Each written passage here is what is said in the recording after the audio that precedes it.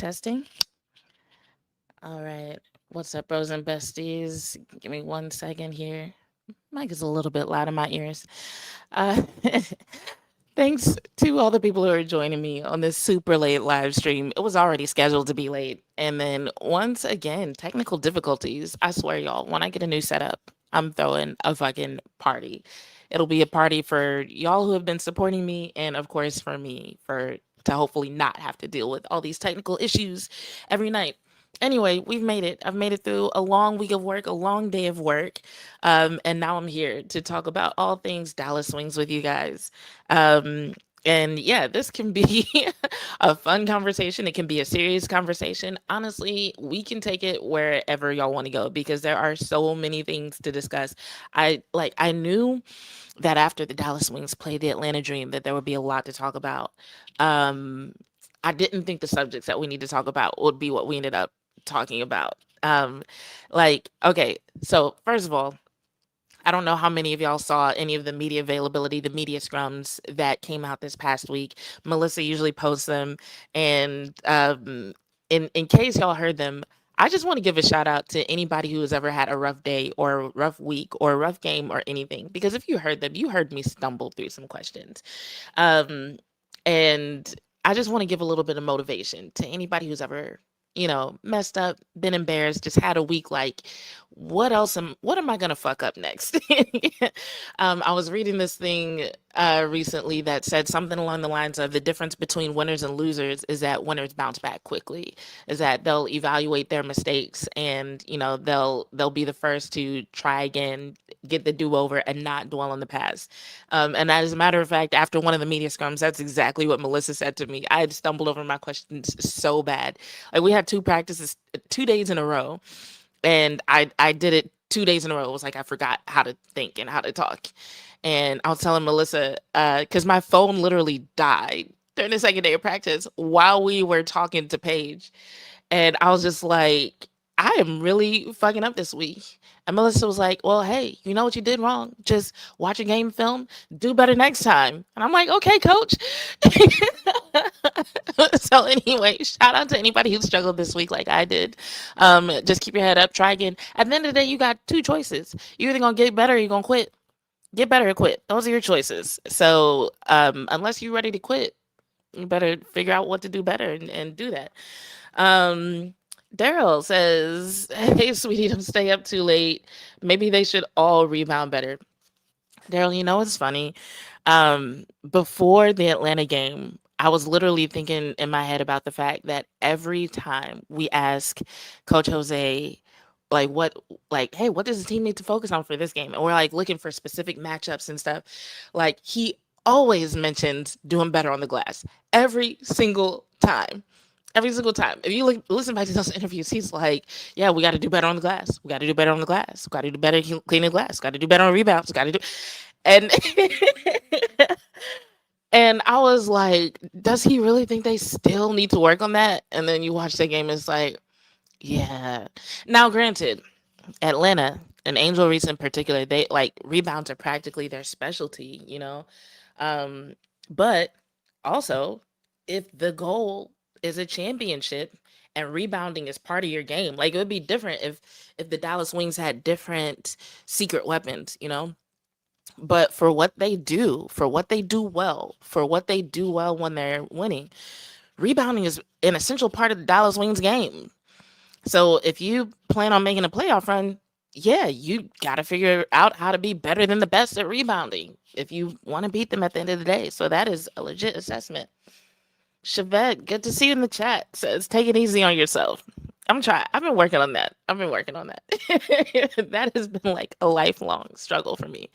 Um, but yeah, so we are going to talk about the Dallas Wings. We're going to talk about the game, how they lost the game. We're going to listen to the extremely short post-game press conference sound bites from after the Atlanta game yesterday. It's hard to believe that it's been less than 36 hours since that game ended.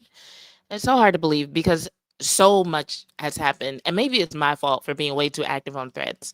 Um, but it just feels like the WNBA news cycle is just speeding up faster and faster. Where it's like Yeah, it used to be that a team would lose a game and that would be talked about until their next game.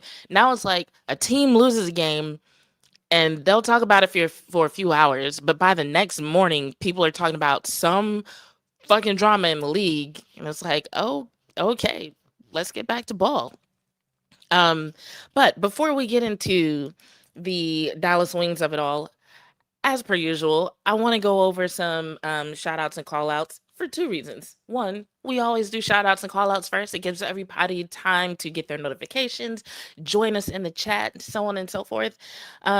And also, because some of those shout outs and call outs are league related. And I know if y'all are Wings fans, you're also WNBA fans. So y'all might be keeping up with some of what's going on and want to talk about it as well.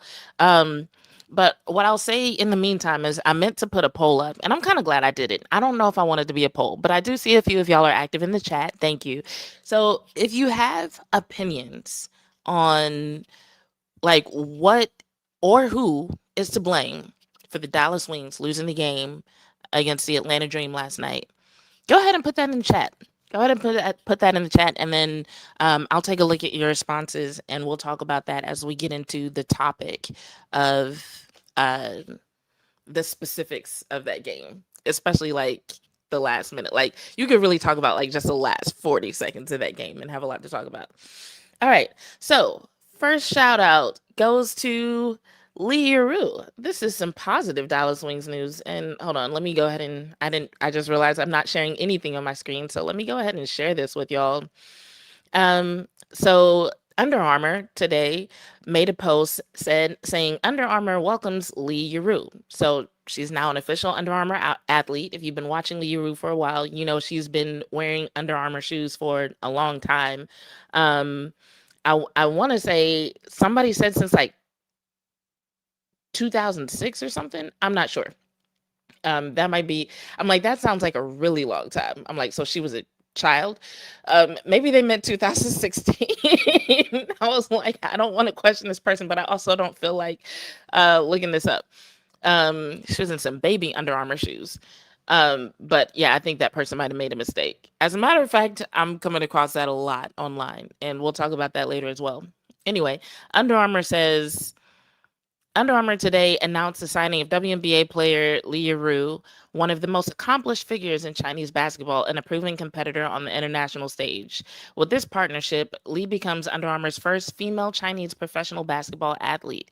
The partnership marks an important milestone in Under Armour's continued commitment to the basketball, further strengthening the brand's presence in China and across the global game.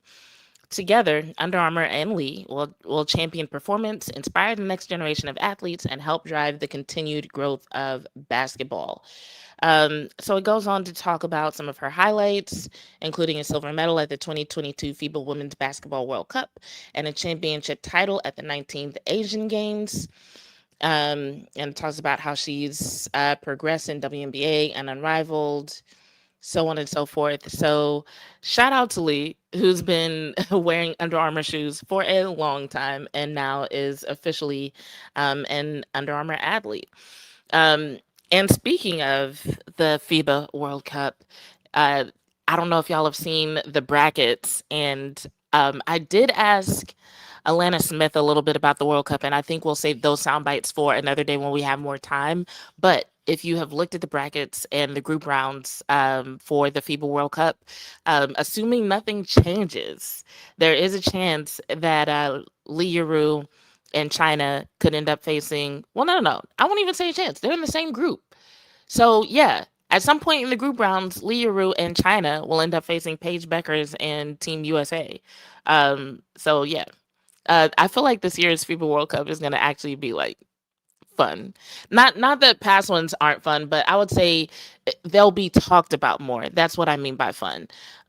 Because obviously it's the best competitors in the world. But I think in the past, people haven't really discussed them like on from a social media standpoint, like where you can go and see like a bunch of Reddit threads and like people on threads actually talking about the games and watching the games. Um, so this will be a good year for that.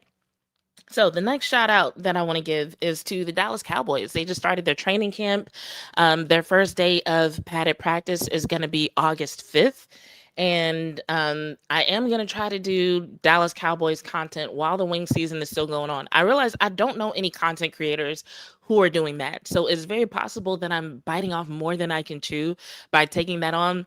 But fuck it, I'm gonna try. Worst case scenario, it doesn't go well, and then I don't do it anymore. Um, like so many things associated with this brand, but I do want to shout them out. And I still have a lot of things to catch up on. Like for example, I announced this podcast, and I had a couple of things to do to get ready. Had some technical difficulties, and then I get ready to go live, and I realize between the time I announced that this stream was happening and me actually going live, they posted a press conference with Dak Prescott. Ended up on YouTube that I haven't even watched. So I'm like, okay, I got to work on timing there, work on when I watch what. But from what I've watched so far, I've got to say I'm super proud of the Cowboys for the positive vibes coming out of camp. From when they had their opening press conference, I will say I was a little surprised that the only headlines I saw coming out of the opening press conference, because I didn't watch it live, but I was getting notifications on my phone, and it was just things like Jerry Jones feels good about what the Cowboys have in 2026. Like there was no like drama, there was no controversial quote. It was just like, yeah, Jerry Jones feels good about things. Like Brian Schottenheimer compliments Christian Parker's planning, and I'm like, yo, are the Cowboys about to have like a normal ass season without any soap opera like storylines and headlines like before the first regular season game? This is wild. But shout out to them. Now, one thing that I do want to touch on that I think is interesting going into the season, and this is tangentially related, but there was a question asked to Brian Schottenheimer about Tyler Booker and his role on the offensive line. And it was something along the lines of like, how does it feel that this is the first year that you're going into training camp and there's not a lot of questions about the offensive line, yada, yada, yada. And he had glowing things to say about Tyler Booker. He had great things to say about everybody. I mean, that's what Shotty does. Like he has great things to say about everybody, especially considering that they're only a few days into camp, and everybody's doing their thing, of course. Um, but what it made me think about was the fact that it's true. There are not a lot of people talking about the O line, but I think it's because last year's defense was so fucking atrocious. It's like because it's like when you really think about it, the Cowboys O line last year was not flawless. They made their mistakes. There were issues, but it's like the defense did so bad that the narrative was if the defense were to perform better, then the offense could have taken care of the rest, and the team as a whole probably could have performed well enough to make the playoffs and maybe even make a run. And it is true that the defense statistically performed at or near the bottom in every statistical category. But it's also true that there were pros and cons associated with the Cowboys offense. So where they led was in total yardage and passing. So they ranked second in the NFL for total offense and passing yards per game, right? That's going to make you stand out. Great things from the Cowboys offense. They were in the top 10 for rushing production. That's really good for the Cowboys because historically their run game has been hot and cold. You know, sometimes they have a star that does big things for them, and sometimes their run game is just like, what the fuck is this? They either have a coach that doesn't know how to draw it up well, or they just don't have the personnel. There have been issues in the past. So top 10 stabilized by Javonte Williams with his, over 1,200 yards on the season. Dope. And then the tandem of CeeDee Lamb and George Pickens. Like George Pickens was such a good number two. People started debating if he should be a number one. Valid question considering their stats for last season, but there was also the issue of CD being injured. And when he wasn't injured, he was either recovering from injury or dealing with something lingering. So on and so forth. So I'm looking forward to seeing a fully healthy CD with a fully healthy George Pickens, the two of them not only liking each other, but also used to each other. Great things from the offense.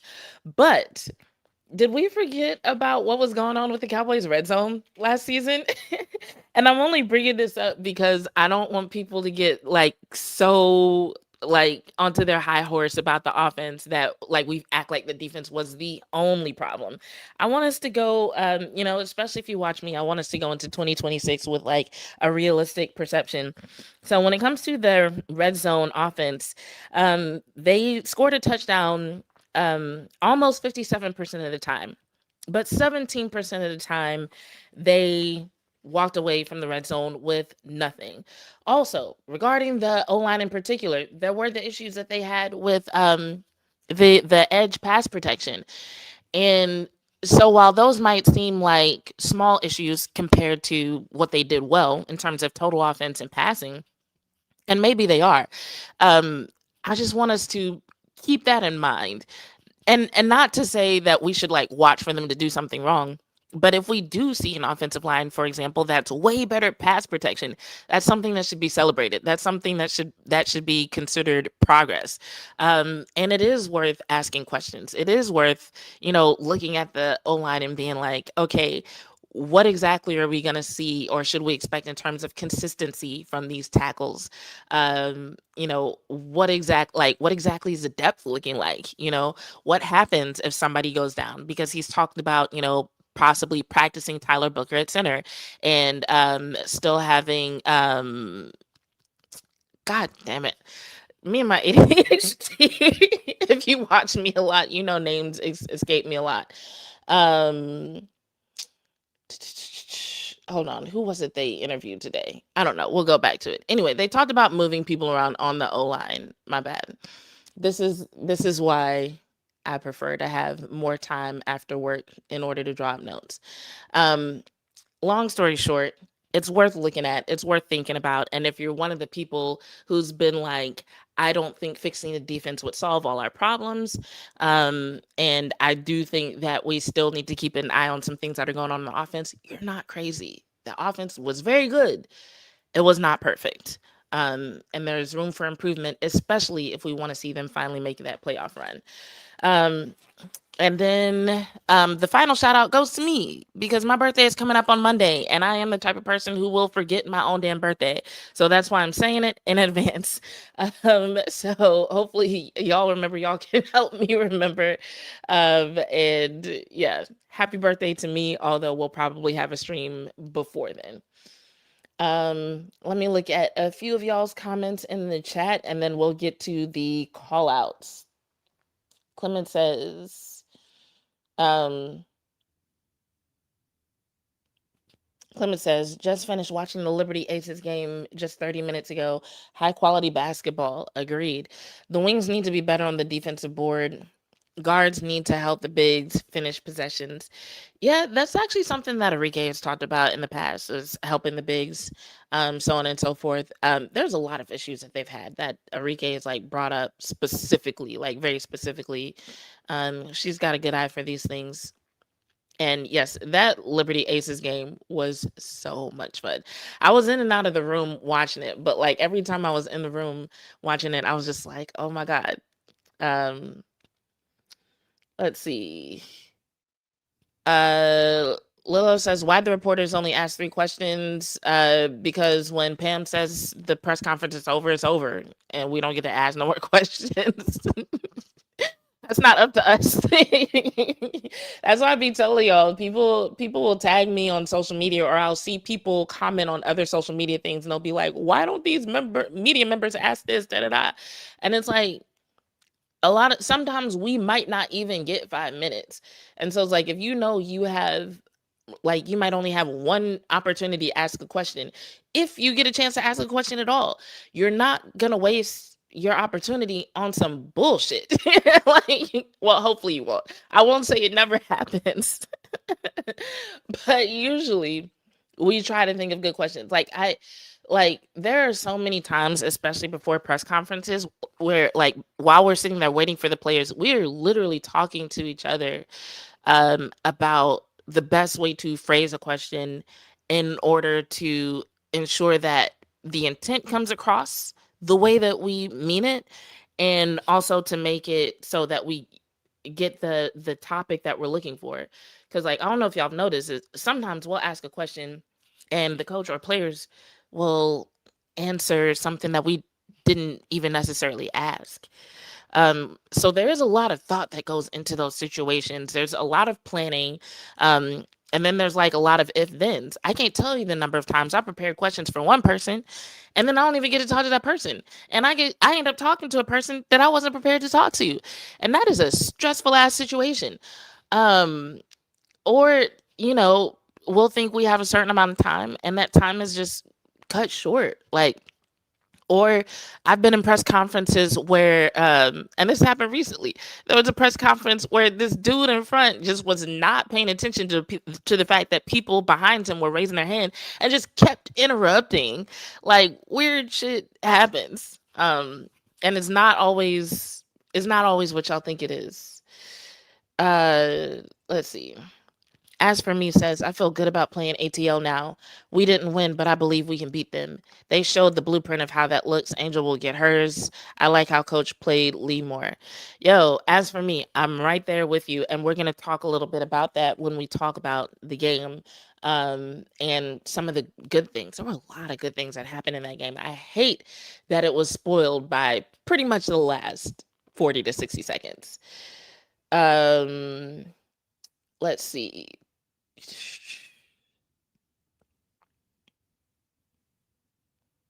All right, there's a lot here. I'm gonna start at the bottom. Daryl says, "I'm sorry, Cowboy fan for 30 years, but I have not taken them seriously since 2016. Most stacked offense in history, but decided Prescott better than Romo. I was done. Go Wings." Oh, I'm sorry that happened to you, uh, Daryl. That's unfortunate. Thanks for the birthday wishes, you guys. Uh, Clement says 57% TD rate. This was referring to the Cowboys' touchdown rate in the red zone in 2025 is abysmal. Can't win games, according to FGS. Need more TDs in the red zone. Agreed, agreed. And that's what I'm saying. It's like when people are like, oh, we don't have any questions about the offense. It's like, nah, we should be watching.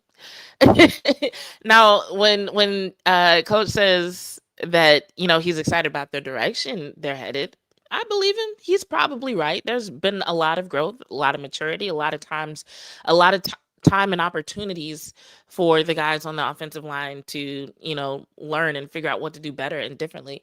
But let's not pretend like the defense was the only thing that was an issue last season. There were a few things. Um, but hopefully they've gotten it together. Coach said he's doing some things differently. And so we'll see. I'll give it time. I'm not gonna start off being negative. I just wanted to offer some rationale to some of the people who are like, nah, like, no, I am concerned about the offensive line. Yeah. And for good reason. Totally.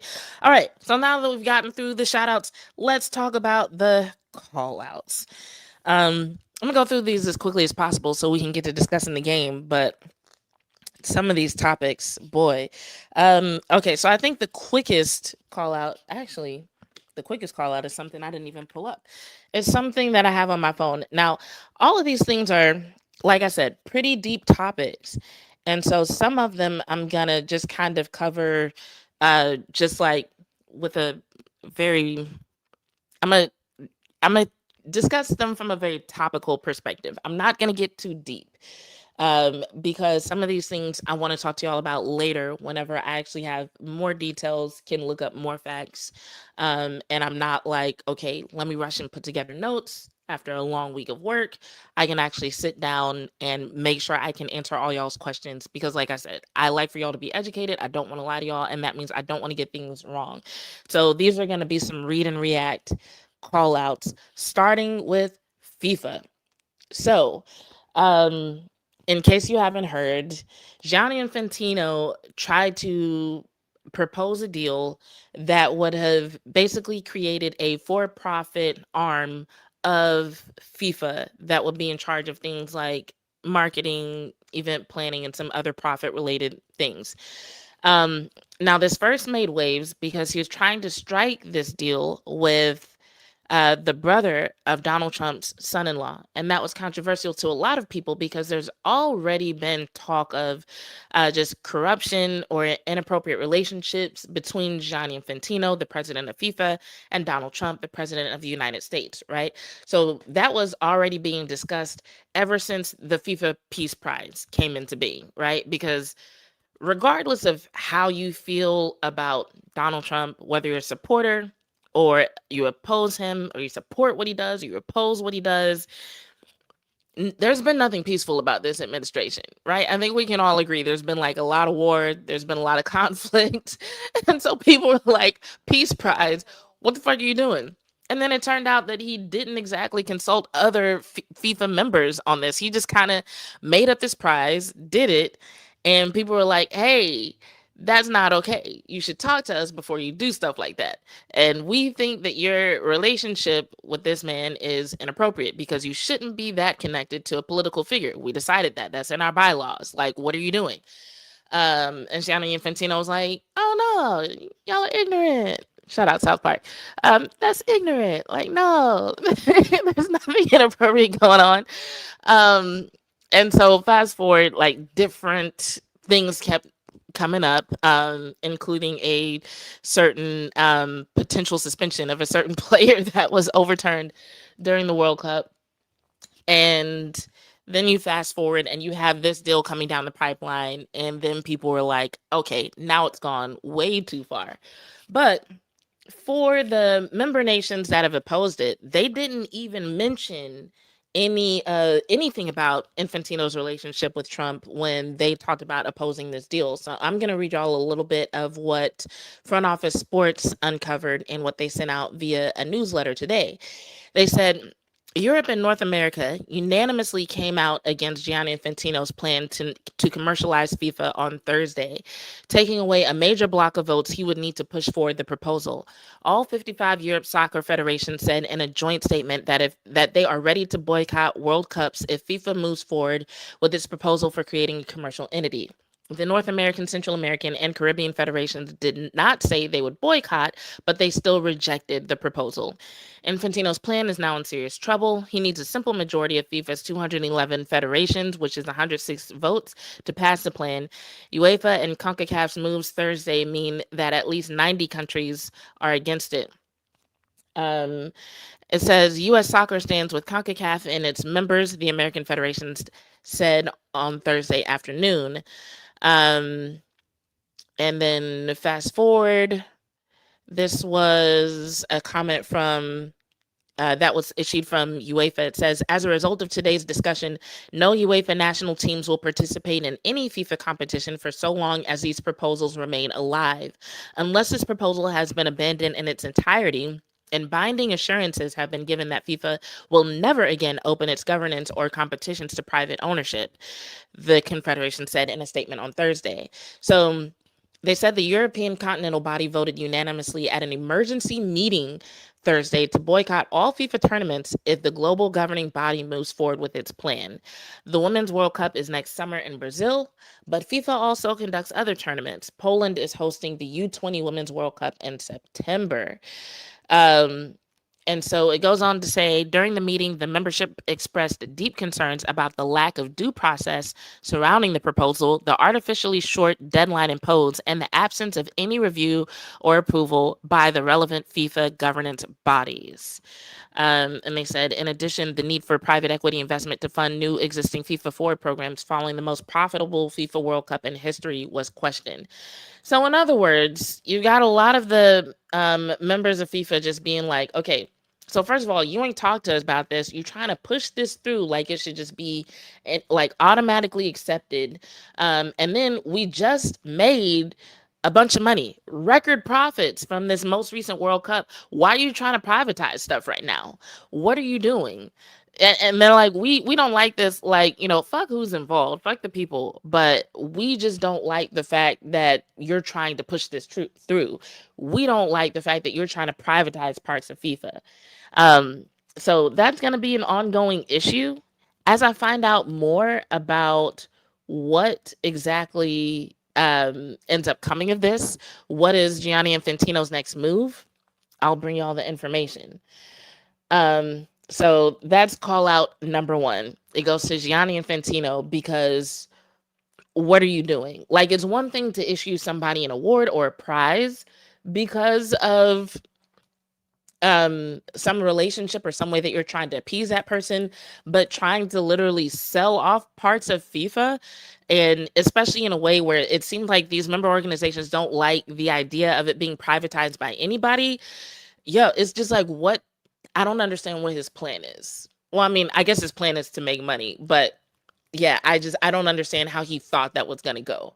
I definitely want to hear from Clement with this because Clement has been a soccer fan for longer than me. He says, I'm done with FIFA, especially Infantino trying to sell the World Cup in 2030 to the highest bidder. Yo, uh, it's time for the game of football or soccer to nominate a contender talking about UEFA to get the crook out of office.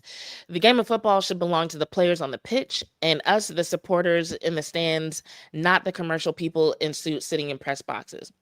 You know what? That is really interesting, and especially UEFA coming out against it. It's really interesting because of the conversation that was happening going into the World Cup about the supposed NFLification of FIFA, which is basically people talking about how it seemed like FIFA was doing anything for a profit, and including just basically being unfair in its policies, and the way fans were having to deal with like just the ticketing policies, the prices, so on and so forth. And so on the heels of that conversation, to for the membership to come out and be like, you know what, this is where we draw the line. I know you think we'll do anything for money, but we're not gonna do this. Like, we're all about making the money, but like, if anybody is gonna implement something that, seems unfair to fans for the sake of making a buck, it's gonna be us. We're not selling that to anybody. um and that may be a rude way to say that, but yeah, this is going to be an ongoing situation because I feel like the people who thought they were going to benefit from this deal are not going to go down with the fight without a fight. So it'll be interesting just to see what is everybody's next moves. Like, I even wonder in what ways might Infantino try to manipulate some people and bring them over to his side, because he already started with well, if this goes through, a lot of y'all are going to get millions of dollars that you can invest in your programs. And even that promise of millions of extra dollars was not enough for these member organizations to be like, oh, you know what? We could sell a little bit. We could sell a little piece. They were like, nah, we don't need it that bad. We just made a bunch of money. We're not doing this. But props to them for not looking the other way for a dollar, because there are some people, some decision makers who would do that, who would be like, you know what, for the sake of this money, I'm gonna look the other way. I'm gonna look the other way. We're gonna pretend like this won't lead to anything terrible or bad or unfortunate or something that we might regret. We're gonna pretend like there's little risk of that happening for the sake of making a buck now. But they were like, nah, we're gonna look into the future. We're gonna consider the ramifications of this, and we don't like them. So props to them. All right. The next call out goes to the WNBA, because what the fuck? And it's funny when I say that phrase, WNBA, what the fuck? Y'all could probably be thinking of any one of maybe up to 5 situations. We're only going to discuss 3, starting with one that happened yesterday. The WNBA posted a video. Their official social media account posted a video of Paige Bueckers and Angel Reese making a wager on the outcome of the game between the Dallas Wings and Atlanta Dream. Why? How did this happen? Like, when I saw it, I was just like, are they really? Is this supposed to be a joke? What the fuck is this? And they took it down after people pointed out that if that had really happened, it would be a violation of the CBA. And so the WNBA quickly took the video down, and they said that there would be no disciplinary action against the players because it was just a joke, so on and so forth. It didn't look like a joke. It looked like something that somebody else had posted previously and that they subsequently asked Paige about, and Paige acted clueless. The WNBA social media team stitched the clips together and posted them online. And so there are several people who made very wrong decisions at several points of all of this coming together and coming out. So first of all, the video of them supposedly placing a wager on the game in the first place. Who the fuck did that? Who did it? Who thought it was a good idea? How did it make it out into the public? What, once again, WNBA, what the fuck? Because the angle of the video looks like it probably came from Angel Reese. But I'm just like, Angel Reese and Paige Bueckers come off to me like two women who are way too business minded to make that kind of a mistake. Who are just way too smart to make that kind of mistake. Like, it's easier for me to believe that the WNBA is just incompetent than it is for me to believe that Paige Bueckers and Angel Reese made that kind of mistake, which is why I thought it was a joke in the first place. That's why I was like, this has to be a joke. Somebody had to have told them, like, hey, do this thing. We know it's a violation of the CBA, but we think it'll be funny. But the reason why almost every sport has some sort of clause, some sort of rule restricting gambling is because of how seriously people take it. So if you did want to make a video making light of the upcoming matchup between the Dallas Wings and the Atlanta Dream, there are way better ways to do it than by trying to make a joke out of something that so many people take seriously, that everybody will view as a violation of your own rules. Um, and and so it's one thing for the video itself to get out there. And then in the clip where I'm assuming it was somebody who's associated with the WNBA because it ended up on their social media, was like, tell us about the wager you made with Angel Reese. And Paige Bueckers is like, you know, what wager? Because like, I don't know what you're talking about. And she's like, yeah, I'll stand on it. I don't know. First of all, Paige should have just continued with the what wager. I don't know what you're talking about. But yeah, I don't even know how that made it out. And there's already so much going on with the WNBA. And so that situation itself felt like it made me think of two things. One, it made me think of the conversation that we had on this stream with a lot of people in the chat when we were talking about how the WNBA is an equity subsidiary of the NBA and how that means that there are certain structural elements in terms of the organizations that they share. And I'm not 100% clear on what they share, but it has been reported that their PR and marketing teams are one of the elements that they share. And so it makes me wonder, like, how much of those resources are actually allocated to the WNBA for someone to have made the decision to post that and nobody was in a position to stop it, right? And the other thing it made me think of, and I don't even know how many people have seen this movie anymore. When I was younger, it was a classic, but I feel like more and more young people are not seeing this movie. But it's a movie called The Wiz. And a lot of people refer to it as the black version of The Wizard of Oz. And it was like Diana Ross was Dorothy and Michael Jackson was the Scarecrow. It was a really dope movie. Anyway, so there's a scene where, if you know the story of the original Wizard of Oz, they Dorothy and the crew encounter the poison poppies. So in The Wiz, the poison poppies are actually like these nightclub dancers. And so Dorothy, Scarecrow, and everybody, they escape these killer clowns in a subway, right? In the subway type setting. The yellow brick road leads into a subway. These clowns try to kill them. They escape. They cross the Brooklyn Bridge and they end up at, I think, what was like the Poison Poppies nightclub or something. Anyway, the Poison Poppies, instead of being a field of flowers, in The Wiz, they're dancers and they have what we'll call drugs. It seemed like they were drugs. like, and the Scarecrow, played by Michael Jackson, was the only... No. It was actually him and the Tin Man. Everybody else, the Lion, Dorothy, like... I said everybody else, like it was more than two people. So Lion and Dorothy, they're going along into the Poison Poppies like, oh yeah, this is a vibe. This is what's up. And then Scarecrow stops and he's like, out of the frying pan into the fire. This feels like a setup.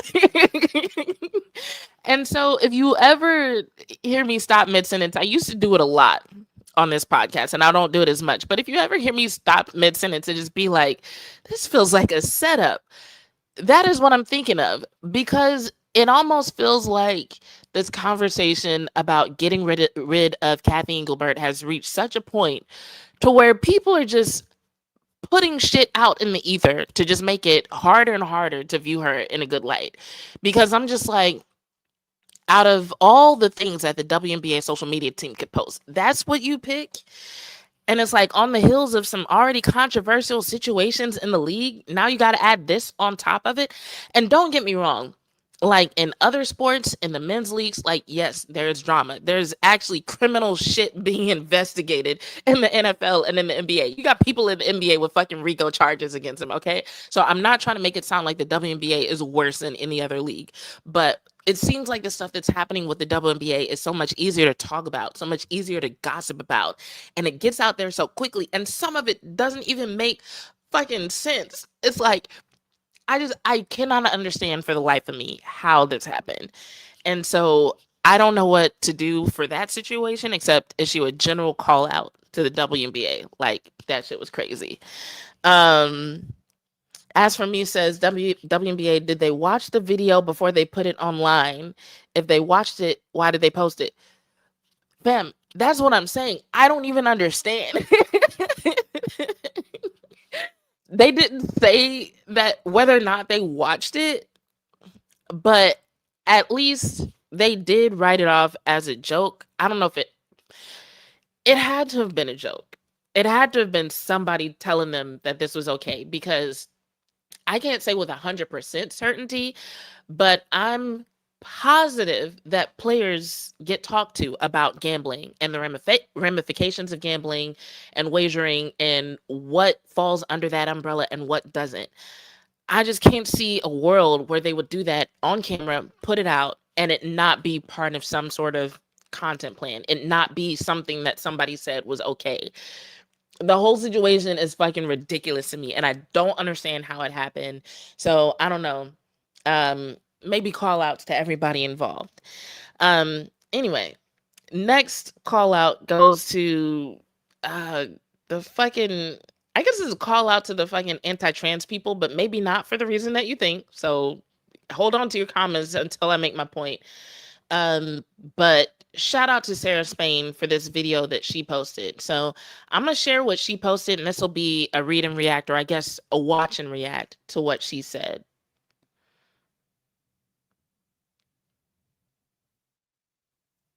Oh, hold on. The sound's not on. Daily news. Hold on. Let me mute that so there's no echo. We're going to bring this back to the beginning. Today, I got a message while I was walking my dog to hop on NBC Daily News in about an hour, so short notice, to talk about the incident between the Seattle Storm owner and the quote-unquote fans of Sophie Cunningham. And at first I was hesitant because, having looked into the incident, it was very clear that it was an intentional provocation. The woman who solicited tickets for the two girls so that they could wear the t-shirts promoting the anti-trans organization courtside took the $2,600 to fund those tickets, made signs with them. Then once they got the provocation they were looking for, the criticism they were looking for, did the interview with them after the game that went online and caused all the fervor. That was all intentional. And frankly, that's what the goal is for most of the people who are currently spewing anti-trans rhetoric. It is to drive so much conversation around it that it feels like a real issue. And as we all know, it is a solution looking for a problem. Trans people are 1% of the US population. That makes trans girls and women 5.05% of the population. And we know that trans people participate in sports at lower rates than cisgender people, somewhere around, they estimate, 15%. So 15% of 0.5% at any level. So yeah, this is not a real issue. This is a political cudgel. And that's what Sophie Cunningham is using it for, to grift for money. And that's what these two girls were presumably being sort of used by adults to do. I don't know if they're yet old enough to really understand what they believe they're advocating for. So I wasn't sure if I wanted to go on, but ultimately I decided to use my voice to go on a platform like that and make sure that it was clear that this was a setup. And I don't think the Seattle Storm owner should have taken the bait, because by getting mad at the kids and excoriating them for what they were doing, all she did was give them the oxygen that they wanted. But All we can do is keep coming forward with research and facts and the truth, and not let the transphobes get us down. All right. So, like I said, I would love to discuss this more when I have more time to look into it, get the facts, get the details. I know that there was an anti trans protest planned in response to Sophie Cunningham recently making statements about not wanting biological men, as she called them, in girls' sports. I had also heard that the owner of the Seattle Storm was fined for something, but I was not clear on what. So that appears to be what Sarah Spain is referring to. I don't have details on who was involved, what organization was involved, but I do want to speak on the sentiment of it all, especially when it comes to what Sophie Cunningham said and how she portrays herself. So Sophie Cunningham has said in response to people calling her MAGA Barbie and people calling her, a hateful type of conservative, that she is not conservative, that she is right in the middle, and that she believes in love and unity, right?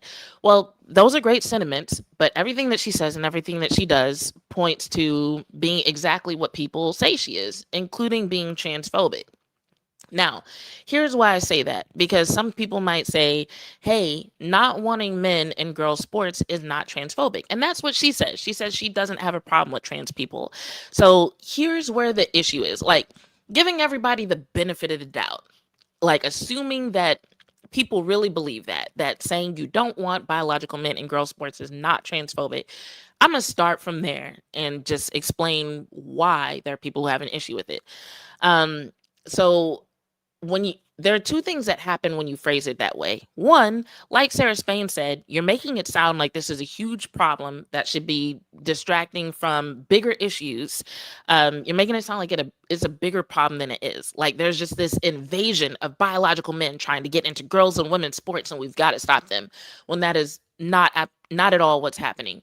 Most girls and women will never have to deal with this issue, right? The other thing that is happening when you use that phrase is you are feeding into the transphobic talking points that trans women are not women, that they are indeed biological men.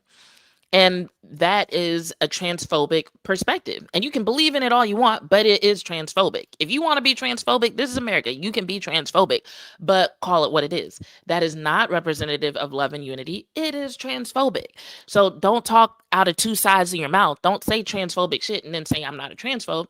No, you're transphobic. You don't like trans people. And here's why I say that. Because there are some people who are like, even if it is 0.1%, anything more than zero is too much. Okay, let's say that's a reality. Let's say that's too much. My suggestion to people who want to claim that they are acting out of love, out of unity, and that they are attempting to protect women and girls, focus on what the real problem is then. And here's what I mean by that. When you say, I don't want trans people in sports, and especially when you're not talking about trans boys and trans men, we don't talk about them. You're just talking about trans girls and trans women. You're like, I don't want trans girls and I don't want trans women in sports. That is exclusionary because you are offering zero solutions.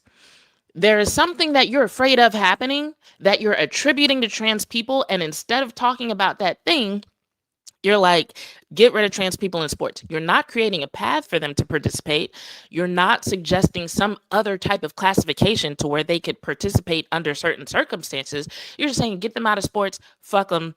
I'm doing it to protect women and girls. What I mean when I say you're not actually addressing any particular problem, I mean, what is it that you're afraid is going to happen if trans women and girls participate in sports? If it's that you truly feel that biologically they have an advantage, okay, where do we draw the line in that advantage then, right? Because there are some women who are big and tall and have an advantage. Like, we're not about to sit here and act like Flau'jae Johnson and Brittany Griner are the same size, are we? Like, there's a reason why Coach Jose keeps putting Lee Yueru in against certain opponents, right? Because there's a size difference there against, like, among cisgender women, right? So is it a size difference that you're afraid of? Like, do we need to start coming up with height and weight classes so you feel more comfortable with how women and girls are competing in sports? Do you want to start running strength tests and classify women and girls based on what they can bench press and what they can squat? What is the issue? If you could explain that and focus on that, maybe people might actually believe that you're a proponent of love and unity and you just want sports to be fair. But you're not talking about sports being fair. You're talking about a particular group of people and just saying you want them out without accounting for any actual impact on the sport. You're just afraid of what this group of people might do. And I've already told y'all about my experience in roller derby and me actually competing with and against trans people. And for anyone who missed that episode, or those episodes actually, because we've discussed it multiple times, here's a refresher. I've skated with and against trans people in a contact sport. And I've skated with and against trans women that were not the biggest I've seen. And I've skated with and against trans women that were very tall and big people, right? But at the end of the day, the fiercest competitors that really got under my skin, they weren't the trans women. There were cisgender women that scared the shit out of me way more playing the game of roller derby than some of the trans women that I faced. And that is just the honest to God truth. So if someone came in to roller derby and was like, we need to create a separate uh category for trans women, but their goal was to keep me from being hit too hard, or their goal was to keep me from having to skate against women that were bigger than me and stronger than me, getting rid of trans women would not solve that at all. It would be an easy way for them to express their hate, right? And honestly, speaking to what Sarah Spain is saying, that's what a lot of people are actually aiming to do with this topic. What a lot of people are actually trying to do is to use sports as a starting point for controlling who can be defined as a woman, what a woman is supposed to be, from both a social and cultural standpoint as well as a biological one. Like I said months ago, protection without respect is control. Protection without respect is control. So these people who are claiming to want to protect women and girls, but they clearly don't respect women and girls, they're just trying to control women and girls and their image. Because I'm like, if you care about women and girls, there are way bigger issues related to funding, related to scientific exploration and studies that have a much bigger impact on women and girls in general, as well as women and girls in sports, than trans people probably ever will. Like when it comes to understanding women's bodies and the athletic development of women, both before puberty, during puberty, as adults, and post menopause, or during perimenopause, or hell, these days sometimes it is post menopause. The research is lacking, and the more research they do, the more they find out that the research they did for men does not apply to women. So why do we never hear these same people being proponents of that type of funding? Why do we not hear these people speaking out when women are being abused by their spouses who are male athletes? Why do we not hear these people speaking out when Black women in the WNBA are being harassed and attacked online? Like some of these same people talking about keep men out of women's sports are the same people who turn the other way when it comes to the topic of Black women in the WNBA being harassed. Yet y'all claim y'all want to protect women. You won't even protect your own damn teammates. Fuck you, bruh. Um, and so it really does come off as just lip service and in a way to disguise hatred. And at best, it's a misguided attempt to solve a small problem when there are actual big problems that you could be focusing on and working on in order to actually help women and girls. There's a myriad of issues that are way bigger than anything that you think trans people are going to do in this sport. Real talk.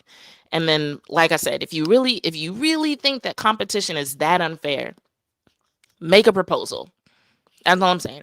Make a proposal. Talk about how it's going to be implemented. Talk about how it's going to affect the people who are not trans, and then actually work on it. You know. So, um, yeah, that's my shout out and call out regarding that. And then the last one we're going to talk about is the situation with Caitlin Clark and Monica McNutt. Let's see. I had a video that I wanted to play for y'all. So, for anyone who missed it, just after All Star Weekend, Malika Andrews interviewed Caitlin Clark. It's a very short interview, so this will be a short watch and react. We're going to listen to like a minute or two of what Caitlin Clark said. Then we're going to listen to what Monica McNutt said, and basically talk about some of the issues there with how people are reacting to what Monica McNutt said, and also with what Caitlin Clark said in particular. Uh, Technical difficulties today, y'all. Okay, here we go. The WNBA, Caitlin Clark, to talk about exactly that. Clark fires. 45-10, the most she's ever scored in a game. At its best, what the league has to offer is yourself and Paige Bueckers and Asia Wilson. The list goes on and on. Yeah. And yet so much of the discourse feels completely and totally. Hold on, I gotta pause for a second. I did that thing again where I was listening to it at a faster speed and forgot to put it back to normal for y'all. Here we go. Unrelated to that.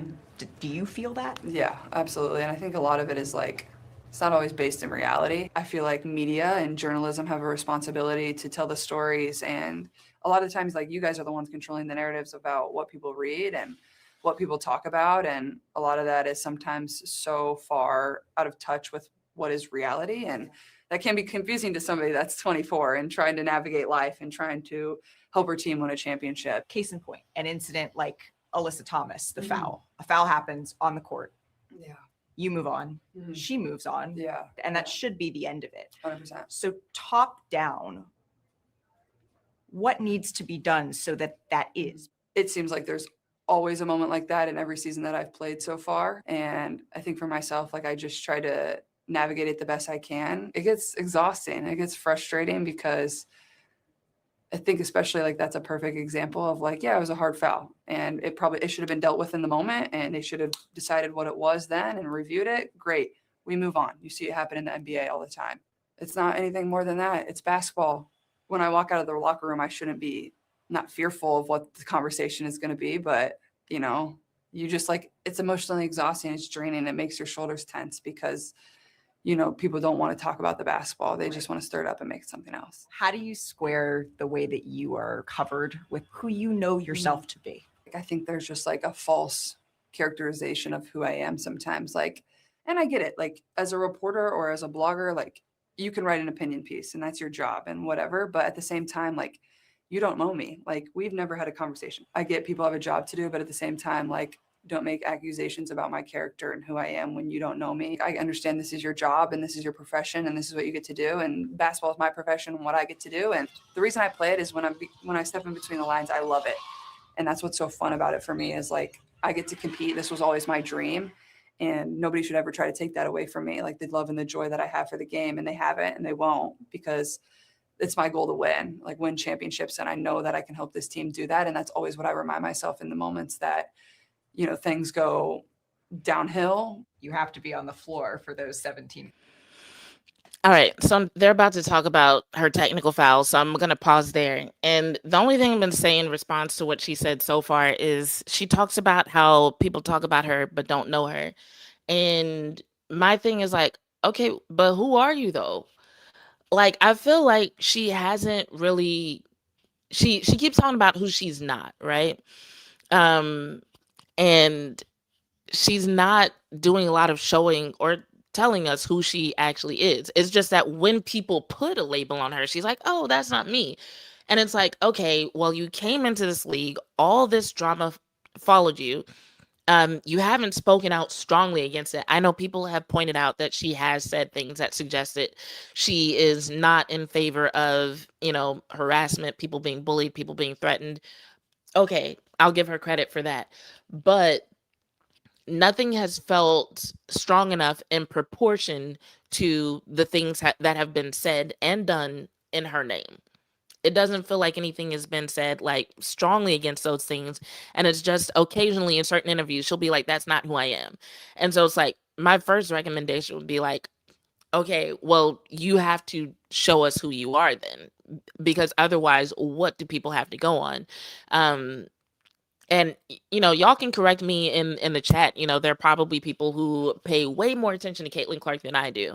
Um, but that's just one thing that I would say in regards to that is like, you can't just always say, no, that's not who I am. No, no, no, you're wrong, you're wrong, you're wrong. Okay, well then show us what's right. All right, so now I'm gonna fast forward to what Monica McNutt actually said. And this caused so much outrage online.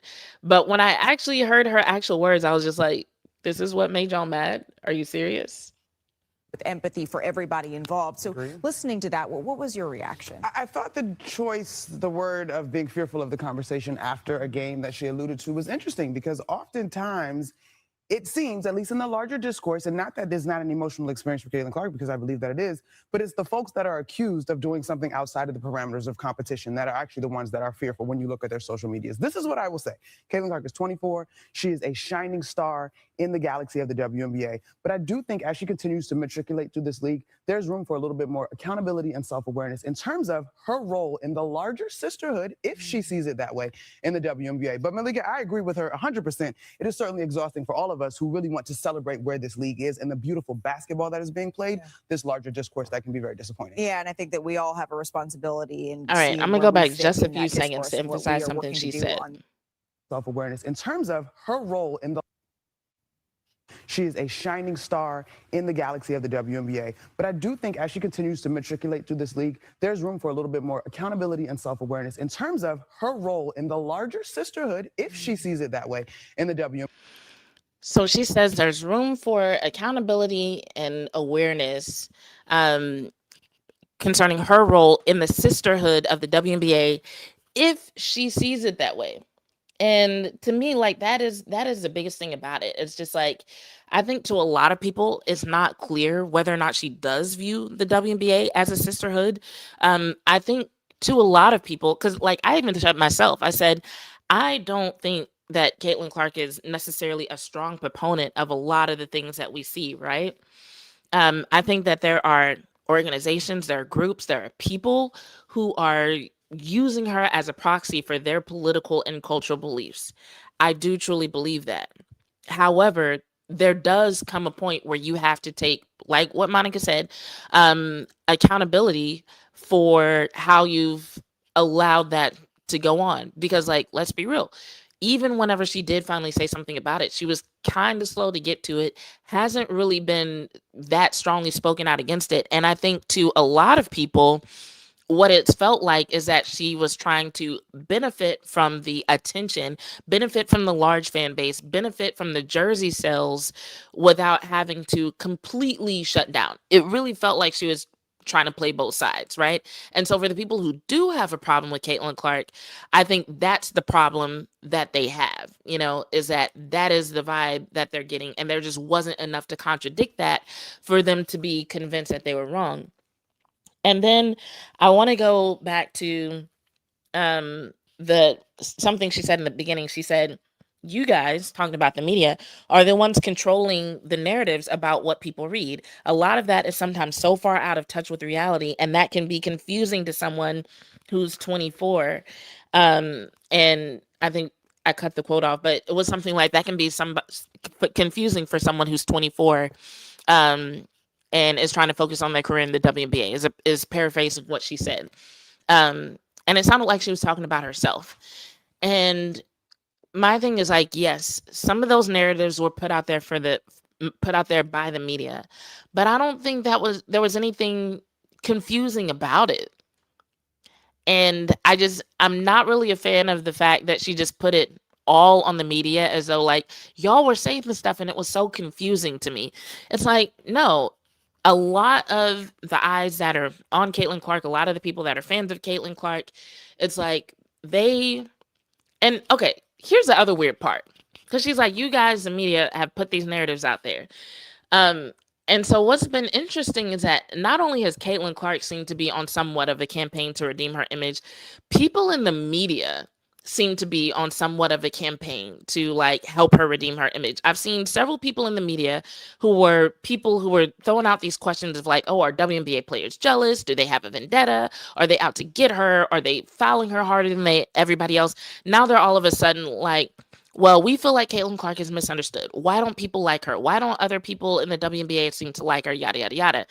And it's like, y'all, including Caitlin Clark and anybody on her team, y'all allowed her to be the face of white supremacist WNBA fans or WNBA enthusiasts for 2.5 years. Y'all allowed some of the most racist garbage to happen in her name.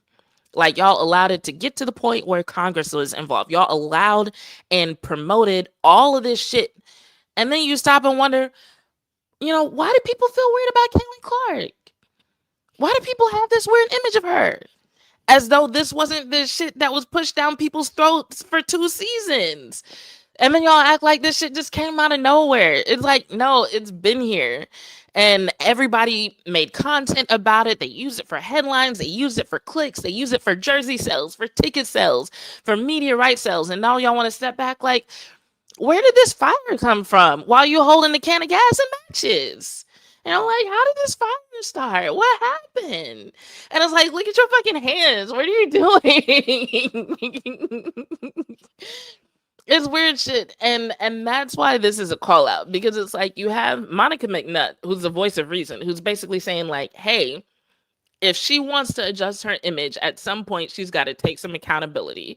Like, she's got to consider her role in the sisterhood of the WNBA. That's where she's got to start, right? Basically giving this woman the advice that she seems to be looking for while she's complaining about the media. And then people are like, how dare Monica McNutt say something about Caitlin Clark that isn't 110% positive. Like, yeah. She called her shining star of the league. We gonna gloss past all of that. Accountability? Who the fuck do you think you are? And I'm just like, I can't with you people. I can't.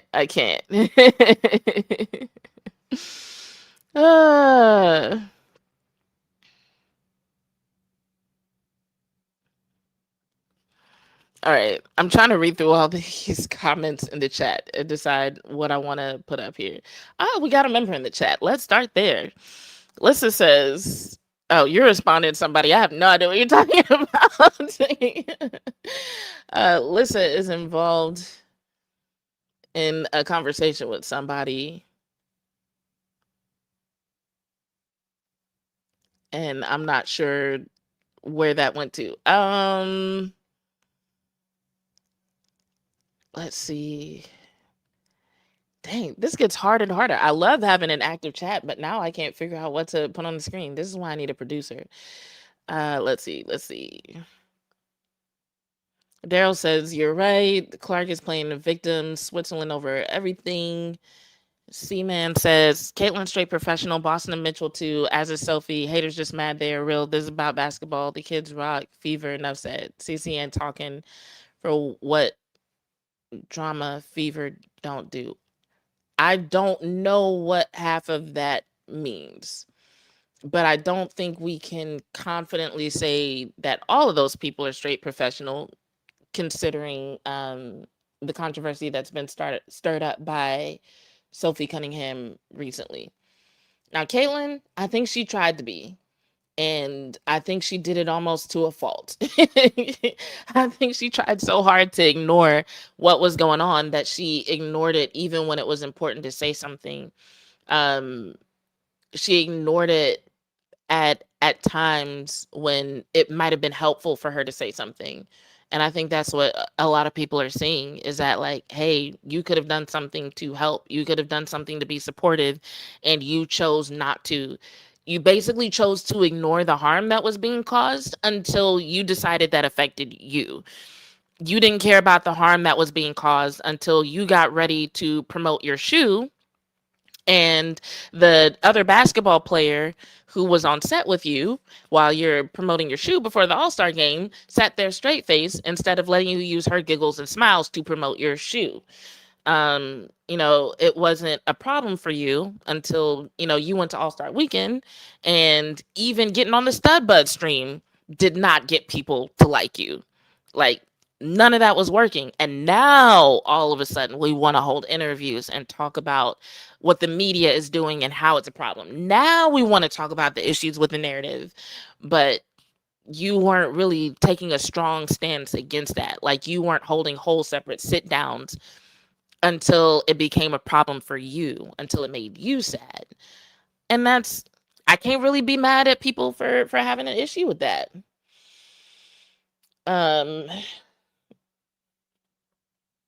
Daryl says, yeah, how hard is it for her to say, go away if you want to bash the league, lesbians, and black friends and colleagues of mine? It shouldn't be hard. And I think that's the kind of specificity that people were looking for. Like, she has said people don't deserve hatred. People don't deserve to be attacked. And people are like, no, it's beyond general statements. We need you to outright say, I don't condone racism. I don't condone white supremacy. I don't condone queerphobia. And she's like, never done it. And people been out here bigging her up because she's white and straight. This is what a lot of her fans are saying. Y'all hate her because she's white and straight. And she has not come out and said, I don't condone white supremacy and queerphobia. She won't say it. And so people are like, all right, well, forget you then. Latasha said, people getting fired for stating their professional basketball opinion about the CC issue is getting old. Not only is it getting old, it's a terrible look for any sports platform, I think. She and her sycophants seem to always paint CC as the victim. What about the other players? Exactly. And that was the issue with Monica McNutt's statement because, she said, hey, people who go up against Caitlin Clark, they seem to be the ones who are more fearful, and for good reason. And people went and proved her right with the way they responded to that. Lissa says, yeah, I was involved in a convo with someone, but it's over now because I think comprehension is nowhere to be found. Okay, I'm glad you figured that out. So all's well that ends well. Cool. But anyway, yeah, I'll scroll through these, and if there's something else to respond to, we can get to it on the next stream. But let's go ahead and finish our Dallas Wings conversation that we started at the beginning of the stream. So the Dallas Wings, as I mentioned earlier, they lost to the Atlanta Dream by a score of 82-81 last night. Well, I feel like at this point it's the other night. And it was a game that they had in hand for most of the time, actually. If I go over here to the stats, yeah, according to ESPN, the Dallas Wings had the lead for 88% of the game, and the game was tied for about 9% of the time. The Atlanta Dream only led for 3% of the game. But what do I always say, chat? The most important rule in the game of basketball is the team with the most points at the end of the game wins. That's what it really comes down to. And that, unfortunately, is where the Dallas Wings messed up. And I'm trying to pull up the stats on Basketball Reference here. So that's why I'm staring at this screen so that we can actually look at what happened quarter by quarter. But before this game, during the week, the questions that I had asked to coach and to the players, I was really trying to get a beat on their perspective of this matchup, considering that the Dallas Wings hadn't played the Atlanta Dream since May 22nd. So that was over 2 months before this most recent matchup. And that was one of their worst games of the season up to this point. So I can pull up the stats. But one thing I remember off the top of my head is that was the game where Enrique shot 1 of 11. She only had 2 points for that game. Here we go, box score. So the Dream won that game 86-69. It's one of the Wings' lowest scoring games of the entire season. Just got a double-double, 10 points, 11 rebounds, but Paige only scored 7 points on 3 of 13 shooting. Enrique scored 2 points on 1 of 11 shooting. They played 31 and 25 minutes, respectively. Alana Smith, 2 points in 10 minutes. And then you had Yueru in the game for 5 minutes. Awakaware, she actually had a solid game. 17 minutes, 16 points on 6 of 6 shooting. And it was after that game that coach said their size was an issue for us. He said their size was an issue for us. And so during the week, I was trying to figure out two things. One, if coach had a different game plan in terms of how to handle their size, and two, how the players felt about the need for them to step up during that game. Because the thing about that matchup was, I'm gonna go ahead and switch to this tab. The thing about that matchup was, yes, it's easy to think to yourself like, oh, well, obviously we're gonna do better because um the team has grown since then. We've gotten better on defense. We've become more cohesive on offense. So we're not going to get the same result. We're in a much better place to face the Atlanta Dream. 100% true. However, the Atlanta Dream also was getting better. And so the question going into this matchup was, have the Wings improved enough to actually put up a much better showing against the Dream, who have also improved? Because if we're thinking about the Wings making a playoff run, it's games like this against teams like this that are going to be the test, the litmus test, right? And so for most of this game, I thought that was 100% the case. For most of this game, I was like, okay, they look good. The defense looks way more cohesive. They're making better choices in terms of shot selection than they did before. They actually look like a team who's way more prepared to face a team like the Atlanta Dream. Especially when you think about, things like size. The roster hasn't changed since then. Well, except for JJ Quinterly being gone and Shug Sutton, but that's not really a big improvement when it comes to size, right? But generally speaking, the two things that people knew Atlanta Dream was going to bring to the table as far as challenges for the Wings was their size and physicality. So it's like, how are the Wings going to handle that? And for the most part, I thought they did really well. And that's why they were winning for most of the game. And when I say really well, obviously, I mean not 100% well. I mean really well in the sense that they had a lead, they were maintaining a lead, and it seemed like even if it was just a small lead, they would be able to maintain that throughout the game. They had a 6-point lead with less than a minute left, which is typically what you want to see in terms of like feeling good about being able to ultimately get the win. As a matter of fact, my rule typically is, if like however minutes there are left, you multiply that by 6, and if the lead is more than that, then unless some crazy shit happens, they're probably gonna win. And what do you know, some crazy shit happened. So for anyone who missed the game, I'm gonna just take a quick look at the play-by-play and tell y'all what happened in the last minute or so of the game. So, with a minute and 26 seconds left, Paige Bueckers hits a three-pointer, puts the Wings up 79-73. After that, they went back and forth. So, Brianna Jones missed a layup for the Dream. Jess Shepard got a defensive rebound. She went for a jumper. Angel Reese blocked it. Enrique got a rebound. Then they ended up turning the ball over on a shot clock turnover. And so that happened with 45.7 seconds left in the game. And so if you were watching the game, that was the play where there was kind of like a struggle for the ball. Enrique ended up getting it, and she tried to get up and dribble with it, but the refs were like, nope, shot clock ran down, turnover. Wings take a timeout. When they come back, Yueru ends up fouling Jordan Canada. Jordan Canada makes one free throw, misses the second one. Jess Shepard gets the rebound. And with 36.8 seconds, Angel Reese fouls Jess Shepard. Jessica Shepard missed her free throw. Missed the second free throw. Brianna Jones gets the rebound. The Atlanta Dream follow up with 3 points at 25.3 seconds. And so then they were only down 2, 77-79. Then Paige Bueckers ends up with the ball. Jordan Canada fouls her. Paige Bueckers makes both free throws. Wings are up 81-77. That's when the Dream take a timeout. A walk comes into the game for Lee. And then it was shortly after that there was that sequence where Enrique Agumbawale ends up getting a flagrant foul for a reckless closeout against Alicia Gray. So that was with 18.7 seconds left. So let's pause right there and talk about it, because there's been a lot of conversation about who should be at fault.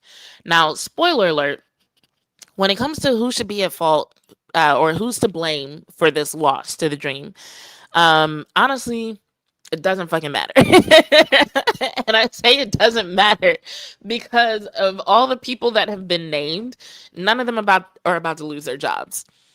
Like, not like Enrique, Jess, Awak, none of them are about to lose their jobs. Jose Fernandez is not about to lose his job.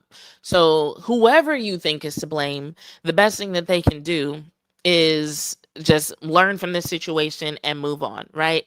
But one thing I will say about this foul, while it was irresponsible on Enrique's part, I also can't help but believe some of that goes back to coaching, right? Because with 18.7 seconds left and a 4-point lead, one of the things everybody knows not to do is you don't foul in that situation. And fouling includes what's an emphasis for the WNBA in this season, which is reckless closeouts. In other words, she didn't even need to be that close to Alicia Gray in the first place. Because even if you don't guard her at all in that scenario, worst case scenario, she makes a 3-pointer and then you get the ball back. You're still up 81-80. And then you inbound the ball, try to get it into the hands of one of your best free throw shooters, which would include Paige Bueckers. Try to get it into her hands. They foul again. You go to the free throw line. Paige makes another 2 free throws, and you pretty much seal the game at that point, right? That would have been the worst case scenario if she made that shot. So there was no reason to be even remotely aggressive in trying to block that shot. She didn't need to be that close to her. Technically, she didn't need to put her hand up. She could have just half-assed that, watch the ball, it either goes in or goes out, and they move on, right? Because even if, like, let's say they missed it and Atlanta got an offensive rebound, right? Wings were up 81-77. So if they get an offensive rebound and they get 2 or 3 points, then we're back to the scenario I just described where the Wings get the ball back.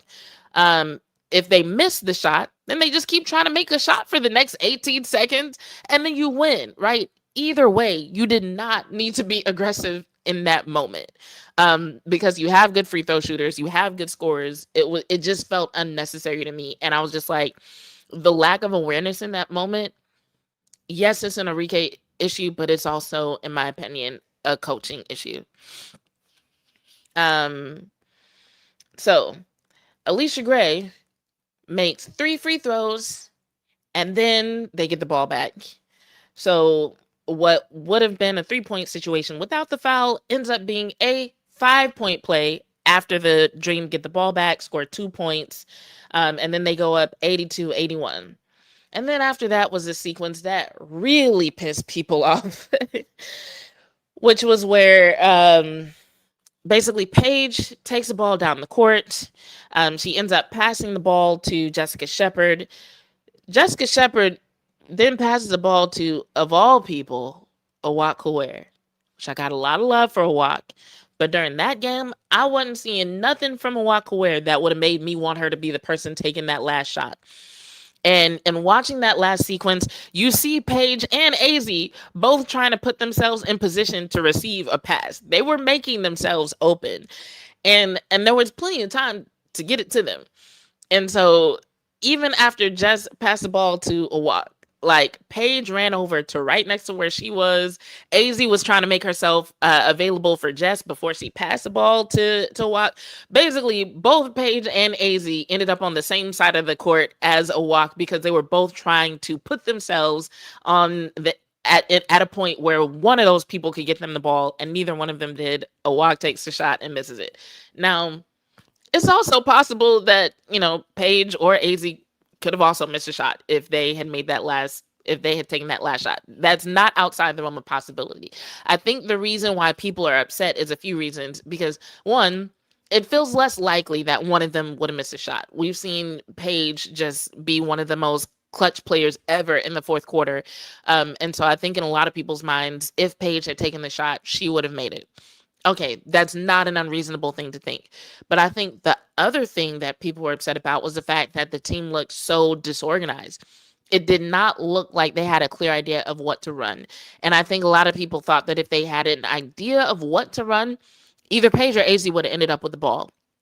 And I think that's what upset people the most. It's one thing to watch a play run and then, you know, whoever was supposed to get the ball, whoever takes the last shot, whether it's Paige or AZ, they missed the shot, right? And it's like, you tried. But it's another thing for it to be a collapse where it just looks like they looked lost. Nobody knew what to do. Coach didn't call a timeout. It's not clear why. Just an implosion when you had plenty of time to get, all you needed was 2 points. You didn't even need a 3-pointer. Plenty of time. So not only did a walk miss a 3-pointer, but Jess gets the rebound and tips it up for a second try and misses that. A layup. It was right there. And so I think in addition to a walk taking that last shot, people also saw, okay, somehow Jess missed a layup, and that upset people as well. And so the coach actually said something. We'll hear him say it in the press conference. But while I understand people being upset about it, I also think coach was right in the sense that there was a lot that went wrong leading up to that moment, to where like it's really easy to put a lot of your anger and blame on the last few seconds, but there were also some poorly handled sequences that led up to that, to where depending on which part of the game you want to look at, you could point to a lot of things that led to the Wings ultimately losing the game. I'm gonna be honest, even when they were going into the fourth quarter, the lead was what, like 10 points, something like that. Even in my mind, I was just like, that's not a big enough lead against the Atlanta Dream, you know? So yeah, while it's not what a lot of people want to hear, coach had a point. But while we're on the topic of what people do and don't want to hear, I'm gonna go ahead and pull up what they actually said. Hold on. I had to restart my computer and I thought I pulled up the Dallas Wings YouTube channel again. Apparently I didn't.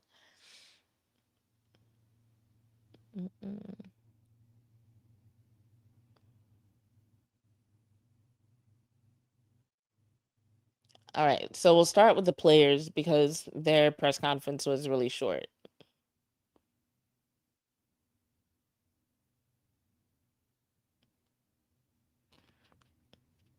Shout out to the person who asked me, why did the media ask only 3 questions? Not up to us. Not up to us at all. Also, I wasn't there. For the people who are waiting on me to post something in the members section, I was actually not physically in the building yesterday. So my bad, you guys.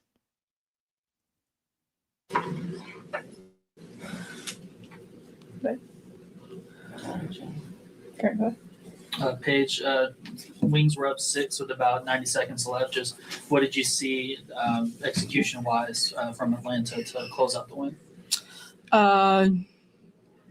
Making tough shots, getting to the free throw line, and just executing a little bit better than us.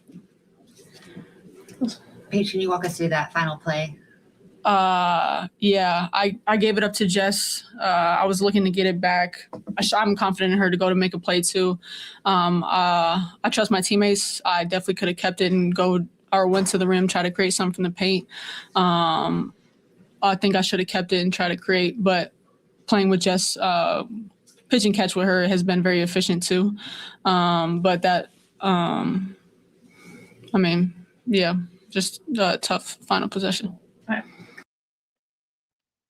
So I'm gonna pause right there just to say, like, when she said she should have kept it, honestly, I was thinking the same thing. When I saw her running down the court, I was like, just keep it. Because and I saw somebody in the chat just said it, but they were saying it about a walk. But as they were running to the other side of the court, somebody from the Atlanta Dream bench was like, don't foul, right? And so even though they were only up by 1 point and they had 18 seconds left, somebody was like, don't foul. And so I was like, okay, well, either they're not going to foul, you run all the way to the rim and get your 2 points, which can be a strategy, right? Sometimes teams will be like, don't foul if you have something like 18 seconds left, because you might let the other team score in like 6 seconds and then you get the ball back again. And then maybe you trust yourself more on offense, right? So you'd rather let them score quickly, get the ball back with over 10 seconds left, as opposed to putting them at the free throw line to get more easy points again with the clock stop. So somebody was like, don't foul. So I was like, okay, either you're going to keep control of the ball and shoot before the clock runs out, or you go ahead and score your 2 points, or they're going to foul you and put you at the line. But I would like, either way, I'm just like, I feel like Paige should have just kept the ball. Question for either players. What did you make of the defensive effort tonight? Me. I thought our defense was right until the end really good. I thought we were locked in on our coverage, on our teams, and what we were trying to accomplish. Yes. Good. Thank you. And that was that. So I want to go back to what Paige said about the Atlanta Dream shooting better than them at the end of the game. So I'm trying to pull up the box score on basketballreference.com from that game. And I think they might not have put the breakdown by quarter yet. So I may not be able to tell y'all much about that. Let's see. Give me one more second, y'all.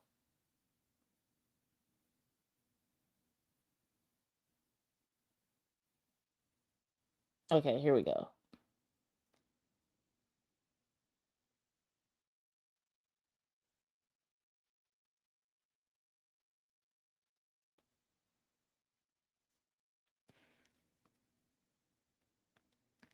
All right, so for the entire game, the field goal percentage was actually in the Dallas Wings' favor. So Dallas Wings shot 49.3%.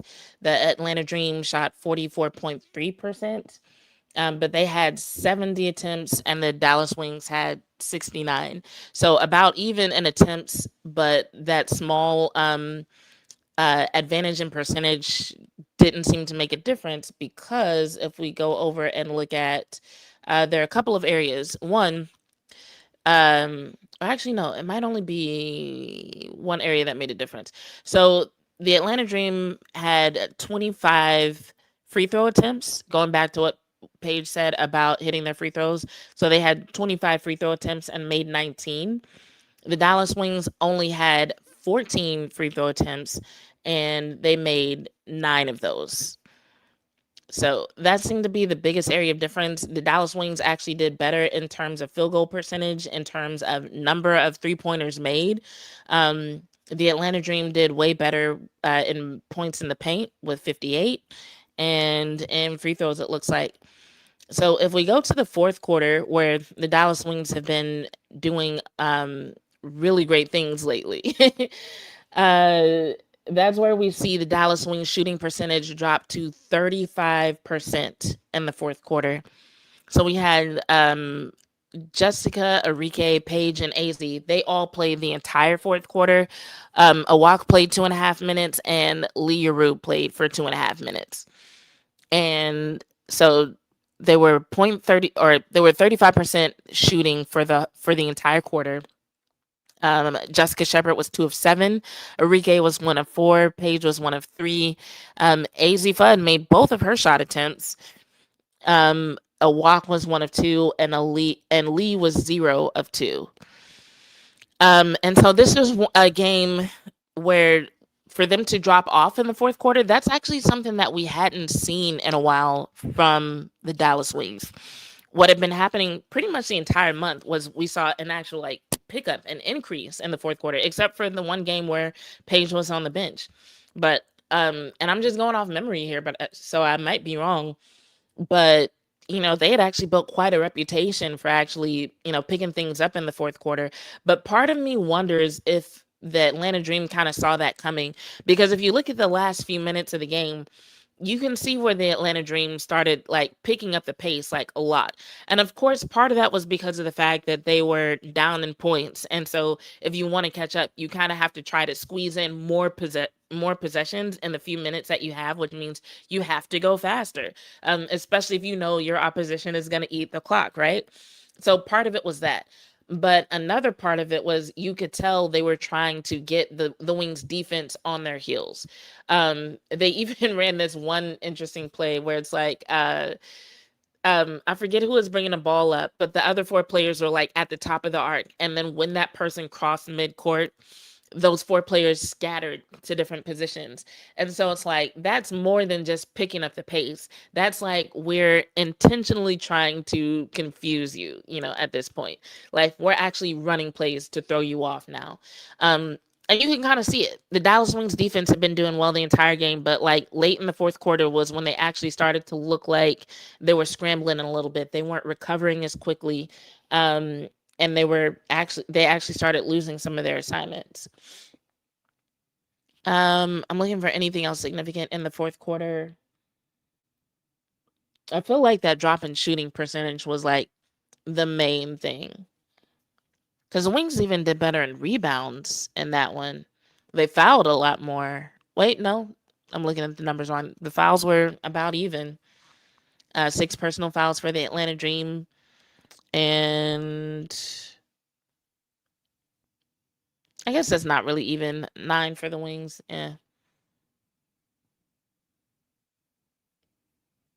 So yeah, I would say the drop off in shooting is the most significant thing in that fourth quarter. And I'm going to take a look at what y'all are saying in the chat because I haven't looked at y'all's comments, but I can see from the way the comments are flying that y'all have a lot to say. So let's go with.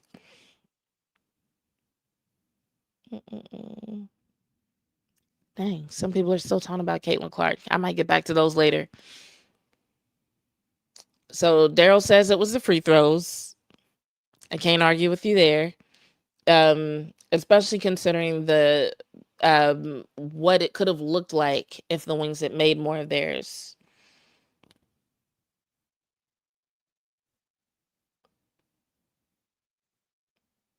As for me, says Paige was playing high school ball as a middle schooler. Oh, you must be responding to somebody. I was like, what does that mean? Daryl says Shepard should have gotten a lot more than 2 free throws in the fourth. Like, you mean that she was fouled and they weren't calling it? You think the calls weren't going their way? Okay, so it looks like y'all are actually doing a lot of arguing with each other in the chat, which I love. That is a space for you. But I'm going to move on instead of reading through all of it. So let me go over to Coach's press conference. Hey, Coach, Dallas led by as many as 15 points and controlled most of the night. What changed during the Atlanta's 30-point fourth quarter? Yeah, I think I don't say we got, we didn't get tight, but the points in the paint hurt us. That was one thing.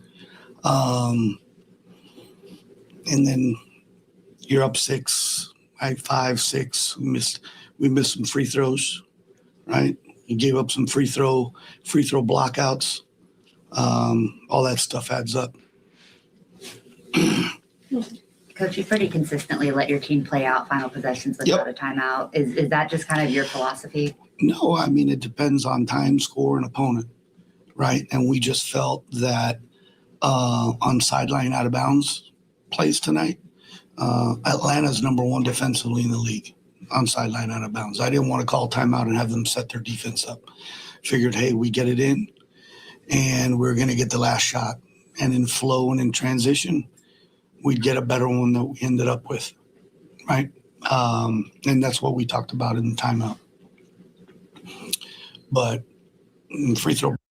Okay, so I'm going to pause right there. I'm going to say 2 things. One to the chat. So, Daryl, you don't have to call them assholes. I don't have a problem with the fact that they're talking about Paige Bueckers and Caitlin Clark.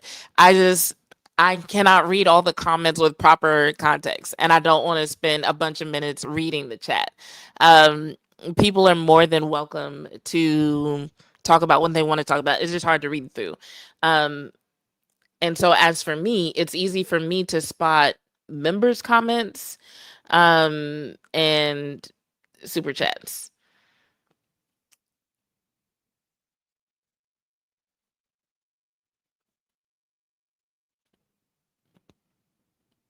And C-Man says they're talking to me. Yeah, but I don't even understand what your argument is. That's why I'm not reading none of your points, because you keep saying stuff and I'm just like, what the hell are you talking about? um, so, yeah, just if you could like take your point and put it into like one coherent thing, and then I'll read that. All right. So this one I got says he is right about everything and is not always on the coach. Okay, so on that, you and I 100% agree. I don't think everything is on the coach. I think a good portion of it can be, though. So when I made the comment about Enrique and saying that part of that is coaching, yeah, part of that is coaching, because coaches are supposed to talk to their team about what to do in certain situations.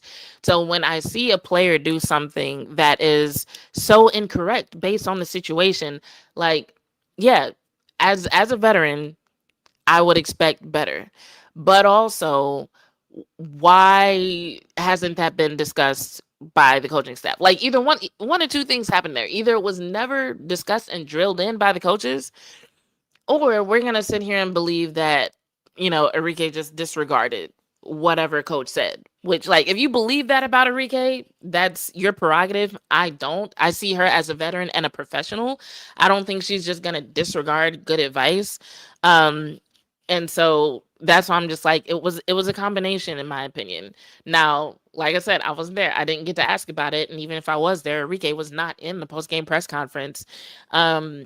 So we really didn't get to hear her perspective on what happened, but that's just my perspective. Let's see. As for me, says, I don't see a problem with him letting them play it out. I trust Paige to make the right decision. And that's what he did too. That's exactly what he did too. From what he said there, he said that they hadn't been doing well in the sidelines out of bounds plays. He said that they've been doing better in transition, which, based on what we know about the Dallas Wings and how they operate, 100% true. However, he said they talked about it during that timeout.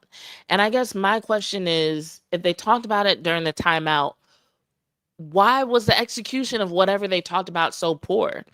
Why is it that Paige gave up the ball and expected to get it back, but didn't? There was time for her to get it back. There were opportunities for her to get it back. So if they talked about it during the timeout, what the hell happened? What the hell happened right there? Like, where did things break down to where they supposedly talked about this in the timeout? Transition is supposed to be their jam, right? That's supposed to be the thing that they're good at. They hadn't been doing well with the slide plays, the sidelines out of bounds, by the way. They haven't been doing well at that. They are good at transition. We've seen them in multiple games. Like, transition is their thing. So what was discussed that was not executed properly in that situation? Where was the disconnect? Because what we saw in those last few seconds did not look like any semblance of a plan. It did not look like anything that was like discussed. What's up, JV? Good to see you in the chat. JV says no sleep, gang. It absolutely is. I need to get off of here soon. What the fuck am I doing? I don't have to go to work as early tomorrow though, so there's that. That's why I'm up late with y'all and I'm not tripping. Wynn says Jess wanted to be the hero, got stuck and had to pass it. I don't know. I don't know if I picked up hero from what Jess did. I'm trying to play it back in my mind, because if I put it on the screen, YouTube's gonna flag my stream. I don't know if I picked up hero from what Jess did. I got confused from what I saw Jess do. That's what I picked up. Jess looked confused. Jess looked like she panicked and wasn't sure of the right thing to do. And both Paige and AZ looked like they were trying to figure out, where do I need to stand to get this ball? And the only thing that I could think of at first was that I was like, okay, maybe they're trying to draw the defense to one side and then get it back to Paige while the entire defense is on the other side. But that didn't make sense for two reasons. One, like I said, it did not look organized. Like Awak looked confused when she got the ball. Two, if you're trying to draw the defense to the other side, pass it to AZ. Pass it to AZ. And then let her pass it back to Paige, you know? And so I was like, okay, maybe that's where she was going with it, but it didn't even look like that was, I don't know what happened, but I didn't get hero ball vibes from that. I got confused vibes. Lissa says the right decision was not made though, and it lost in the game. So it looks like he should have drew up a play. And didn't he have 2 timeouts left while playing just 40 minutes? She could never get timeout breaks. No, I agree. So 18 seconds is not a lot of time for a lot of things. In basketball, though, it is enough time for a timeout. And it's easy to say in hindsight, and it's also easy to say having the view that we have, right? Because on the broadcast view, we can see how chaotic that shit looked. From where coach was standing, I don't know what he saw. I don't know how long it took him to tell that his team was disorganized and confused. Because from the broadcast view, it's like once Awak had the ball, it's like they lost coach, call a timeout. You got like what, 5-6 seconds, call a timeout. As a matter of fact, let me look at the play-by-play and I can tell you exactly how much time was left when Awak missed that shot. Okay, it was not 5 or 6 seconds, it was 2 seconds. Well, that's when she made the shot, meaning because like who watched the game? She got the ball and she was holding it for a couple of seconds. So yeah, let's say it was like 4 seconds. That's not a lot of time if you're on the opposing sideline to see that your team looks confused and call a timeout. So I'll give him that. From our angle, it's very easy to be like, oh, this shit looks chaotic. Hurry up and call a timeout. So I do think that's one area where coach is not getting the benefit of the doubt. And so if you listen to what he said and you take him at his word, he really was thinking about it rationally. Like, do I want to go sidelines out of bounds or do I want to go transition? Hey, we've been doing better in transition. That's our thing. Let's do that. And so I guess that's why I'm like, when he said they discussed it during the timeout, I'm just like, are you sure? Like that's the part that got me, because everything else I could buy in terms of the decision making. But that part I was just like, are you sure? Are you sure you discussed it during the timeout? Because do they know that you discussed it in the timeout? Could they hear you? It was weird. As for me, says, I think Shepard panicked and passed the hot potato. That is what it looked like. C-Man says, that's on Paige, sis, and the other team made an adjustment.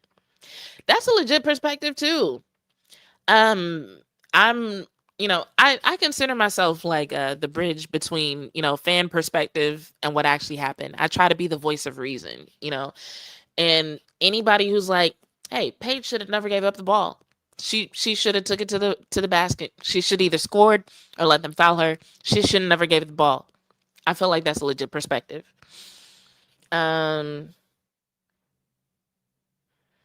Wynn says she should have passed it to Paige, who was clapping for it. Yeah, I think that's what everybody wanted, was for Paige or AC to get the ball. Lissa says AZ and Paige weren't panicked. They were trying to get the ball. Yeah, they really were. They were like, we over here. Oh my goodness.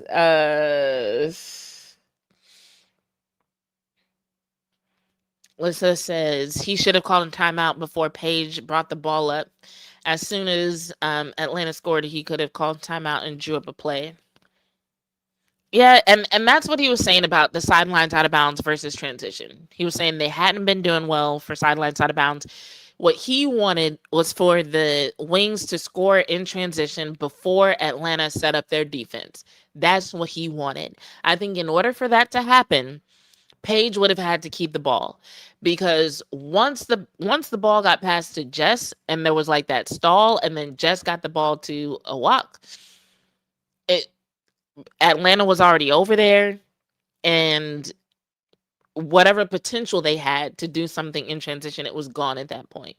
So I think if that's what he wanted, Paige would have had to keep the ball for that to happen. And I don't know if he was like whatever they discussed on the sideline, if he was explicit about who should get the ball, but Yeah, it did not go that way. As for me, says, I'm cool with calling a timeout when a Watt gets a ball. Yeah, I think a lot of people are. But I really, if there was like a coach cam, I would bet money that between all the people who were between coach and a walk, he could not see what was going on over there. He probably could not see until he looks at game film exactly where Paige ended up. Because Paige was on the side of the court closest to him when Jess passed a walk the ball. And as Jess was looking for where to pass it to, AZ was trying to move into her line of sight, probably being vocal. I'm assuming being vocal, calling for the ball. I'm assuming. Jess ends up over rotating, overlooks AZ, and passes the ball to a walk. And that's when you see Paige run to the other side, ends up running past where AZ was. Because before, where Jess passed it at first, a walk could have passed it to AZ, who would have then shot and then passed it to Paige. But Paige actually ran closer to a walk, and a walk just shot it.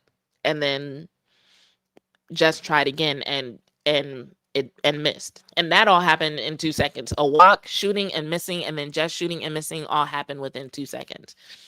But I say all that to say, basically the whole team and Atlanta's defense was all on the other side of the court, and a walk was the farthest away from coach.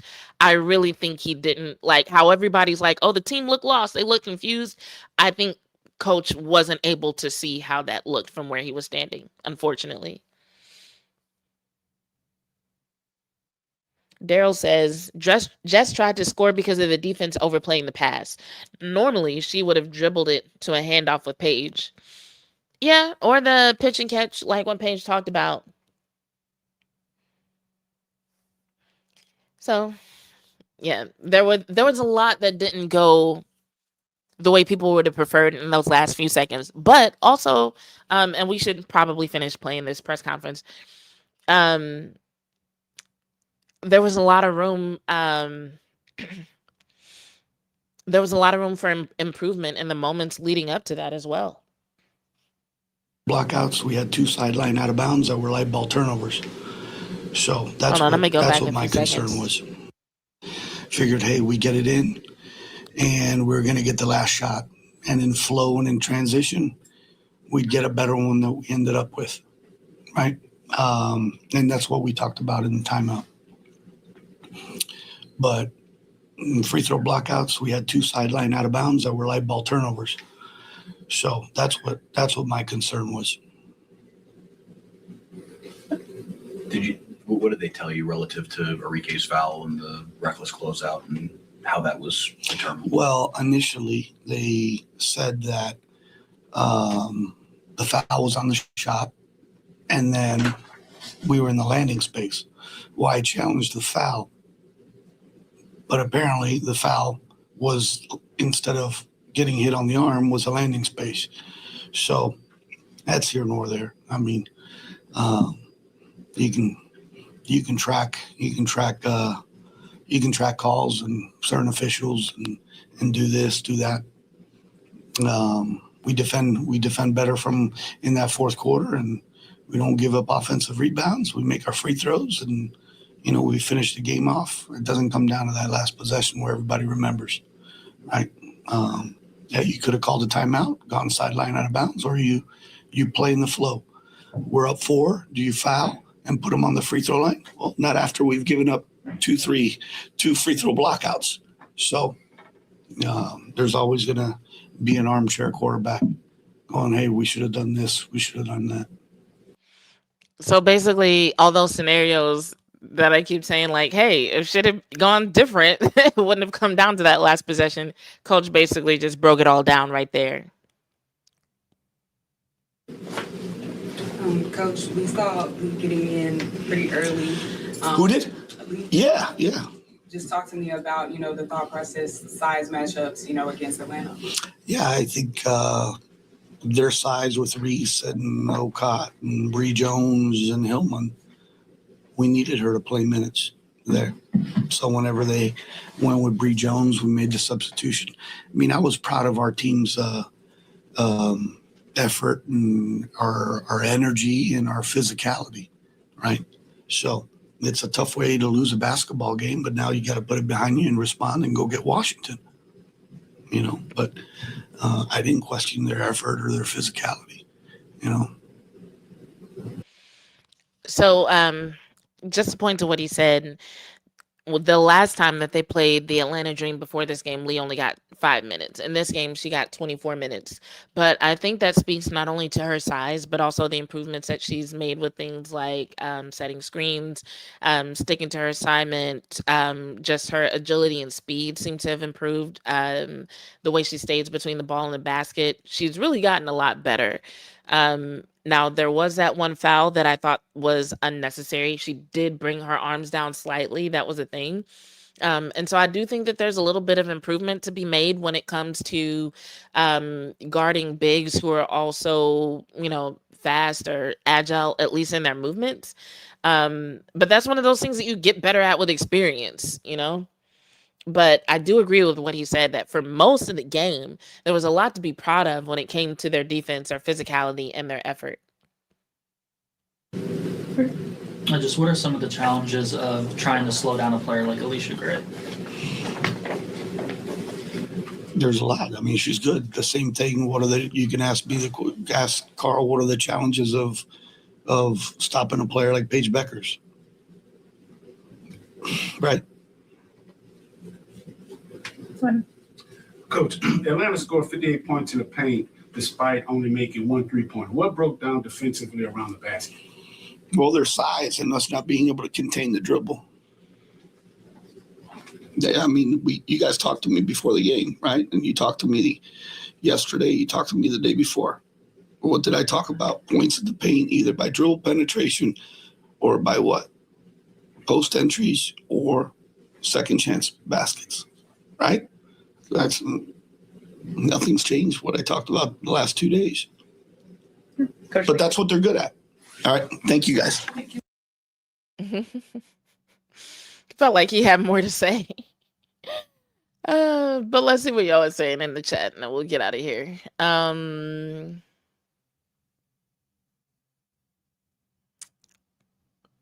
Lissa says, well, if that's what he wanted to happen, then he should not have had his starters playing so many minutes because they were too tired to run all the way down there and score. I'm going to be honest. I don't know what the fuck happened with the minutes. I don't know why he did what he did. That part confused me as well. So just to quickly run down the minutes for everybody, Jessica Shepard played 40 minutes, Arike 38, Paige 37, AZ 37, Awak played 16, Lee played 24, Odyssey Sims 3, Shake Sutton 2, Isaiah James 3. I mean, I know that the crew was out there. They looked good for the most part. I can talk, y'all, I promise. The crew was out there. They were doing great for most of the game, but I didn't see that as a reason to not give these guys breaks or to not at least, like, if he had put them out in the game and they just, like, completely failed, like, just imploded, I could see that being an issue to be like, all right, we're only playing the starters. But, like, that's not what happened. So I'm sorry. I don't have an answer for that. For you guys. And like I said, for anyone who's just joining, I was not there last night, unfortunately. So I wasn't even in a position to ask. Lisa says, why do you think he didn't play Maddie or Atlanta the whole game? Do you think Kurt is shopping them around? There has been some speculation, at least about Maddie for sure. And one of the people who I talked to was like, yeah, Maddie is a good player, but she actually deserves to be on a team where she gets more minutes. And so, like, while we would miss her on the wings, she might be better off somewhere, especially with this being the final year of her contract. And that's a legit perspective. I will say what's been happening with Maddie and her minutes does feel a lot like what happened with Dejanay Carrington last year. So if I get to the game tomorrow and they're giving away Maddie Siegrist jerseys, I guess that'll be a clue. And I'll let y'all know, and we can all prepare our tributes to Maddie Siegrist. It's not funny. But yeah, I don't have an answer for you there either, because there wasn't a good reason, in my opinion, to not play her, especially not with what she's shown us in her last few games where she was getting significant minutes. I mean, she's been great on defense. She's improved in her decision making. Not that she was bad, but it's just like she's gotten even faster, and even more assertive in her decision making. Like, she's a scorer. I don't know. As for me, says I like him playing Lee more this game. Why he didn't play Smith at all, I don't understand. Is she hurt? She's coming off injury. From what I understand, she was available in this game. She practiced in the last practice. It could be that they're just being cautious and they didn't want an intense game like against the Atlanta Dream to be her first game back. So maybe. Daryl says the Wings still play scared of ticky tack fouls. I feel like that's not as bad. A couple of them are still just as bad, but I feel like as a whole, they're not as bad about that as they used to be.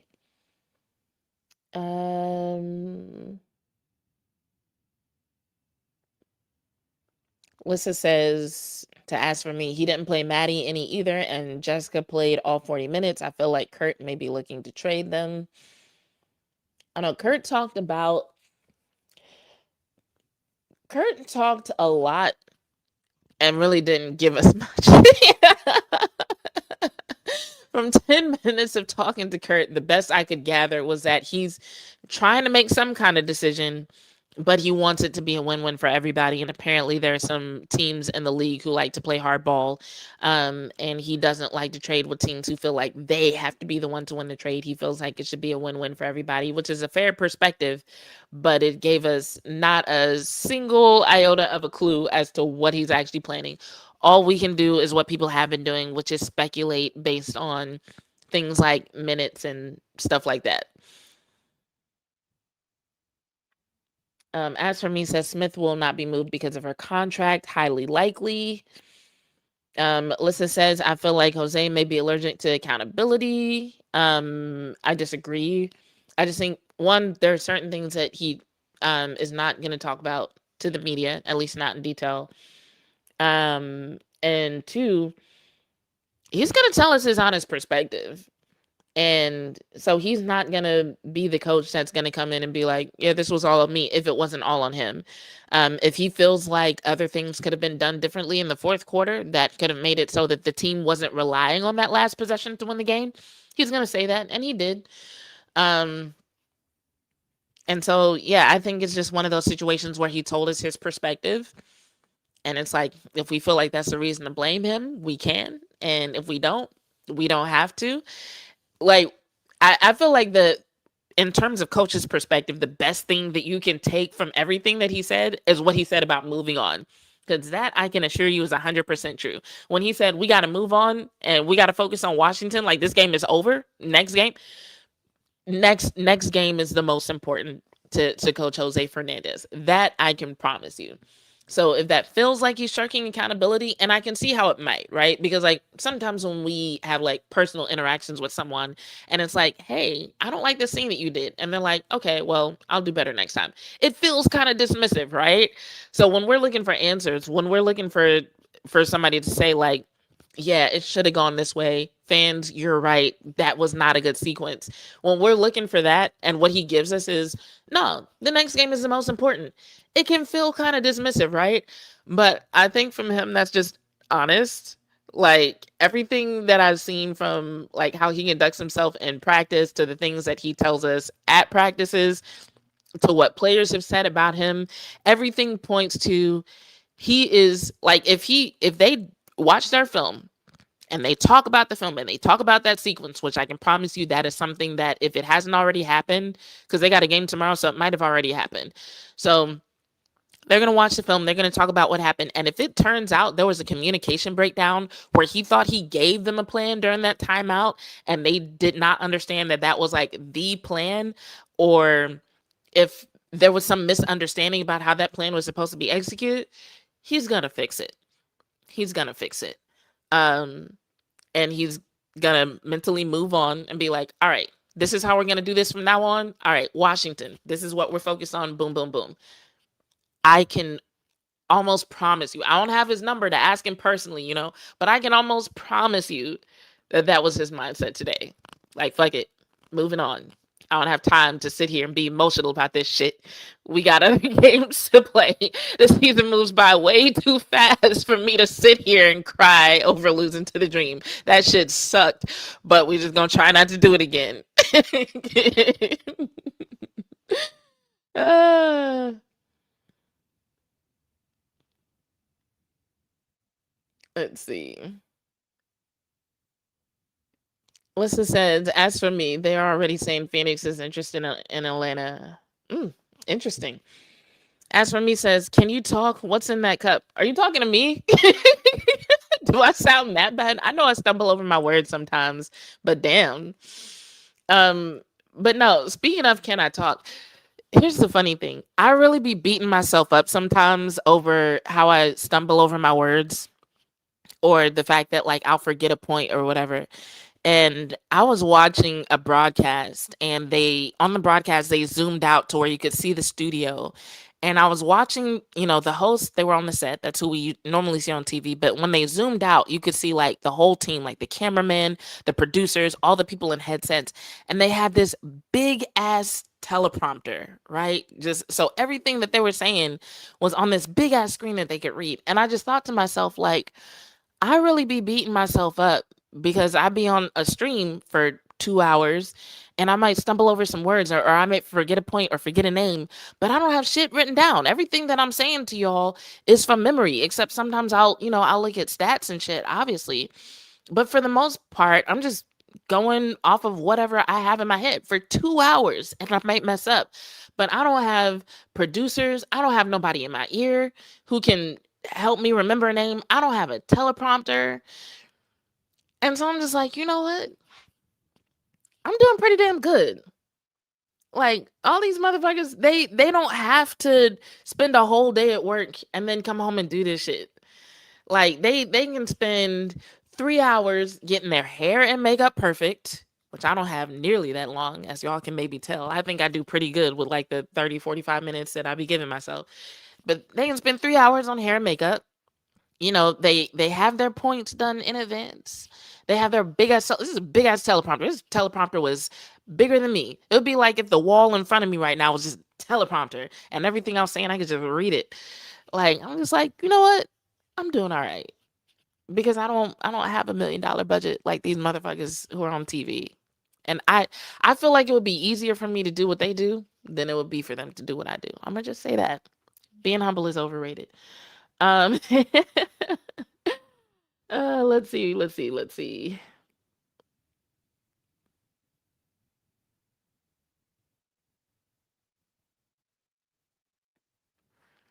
What's it says? They would be sending players here, which would make room for her contract. It would be going around that they are interested in her, and when players don't play right before trade deadline, it's a sign. It is, but we got 2 days, so we'll know soon. Let's see. As for me, says LOL. You're doing great. I'm just messing with you. Keep up the good work. JV says you're doing phenomenal. Thank you. All right. So what we got coming up? Let me look at my schedule notebook. So we had tonight's stream. There's a clip. Remember when I told y'all earlier my phone died while Paige Bueckers was answering my question? Even though I don't have the point of view where she's looking at me, Melissa was nice enough to send me the video.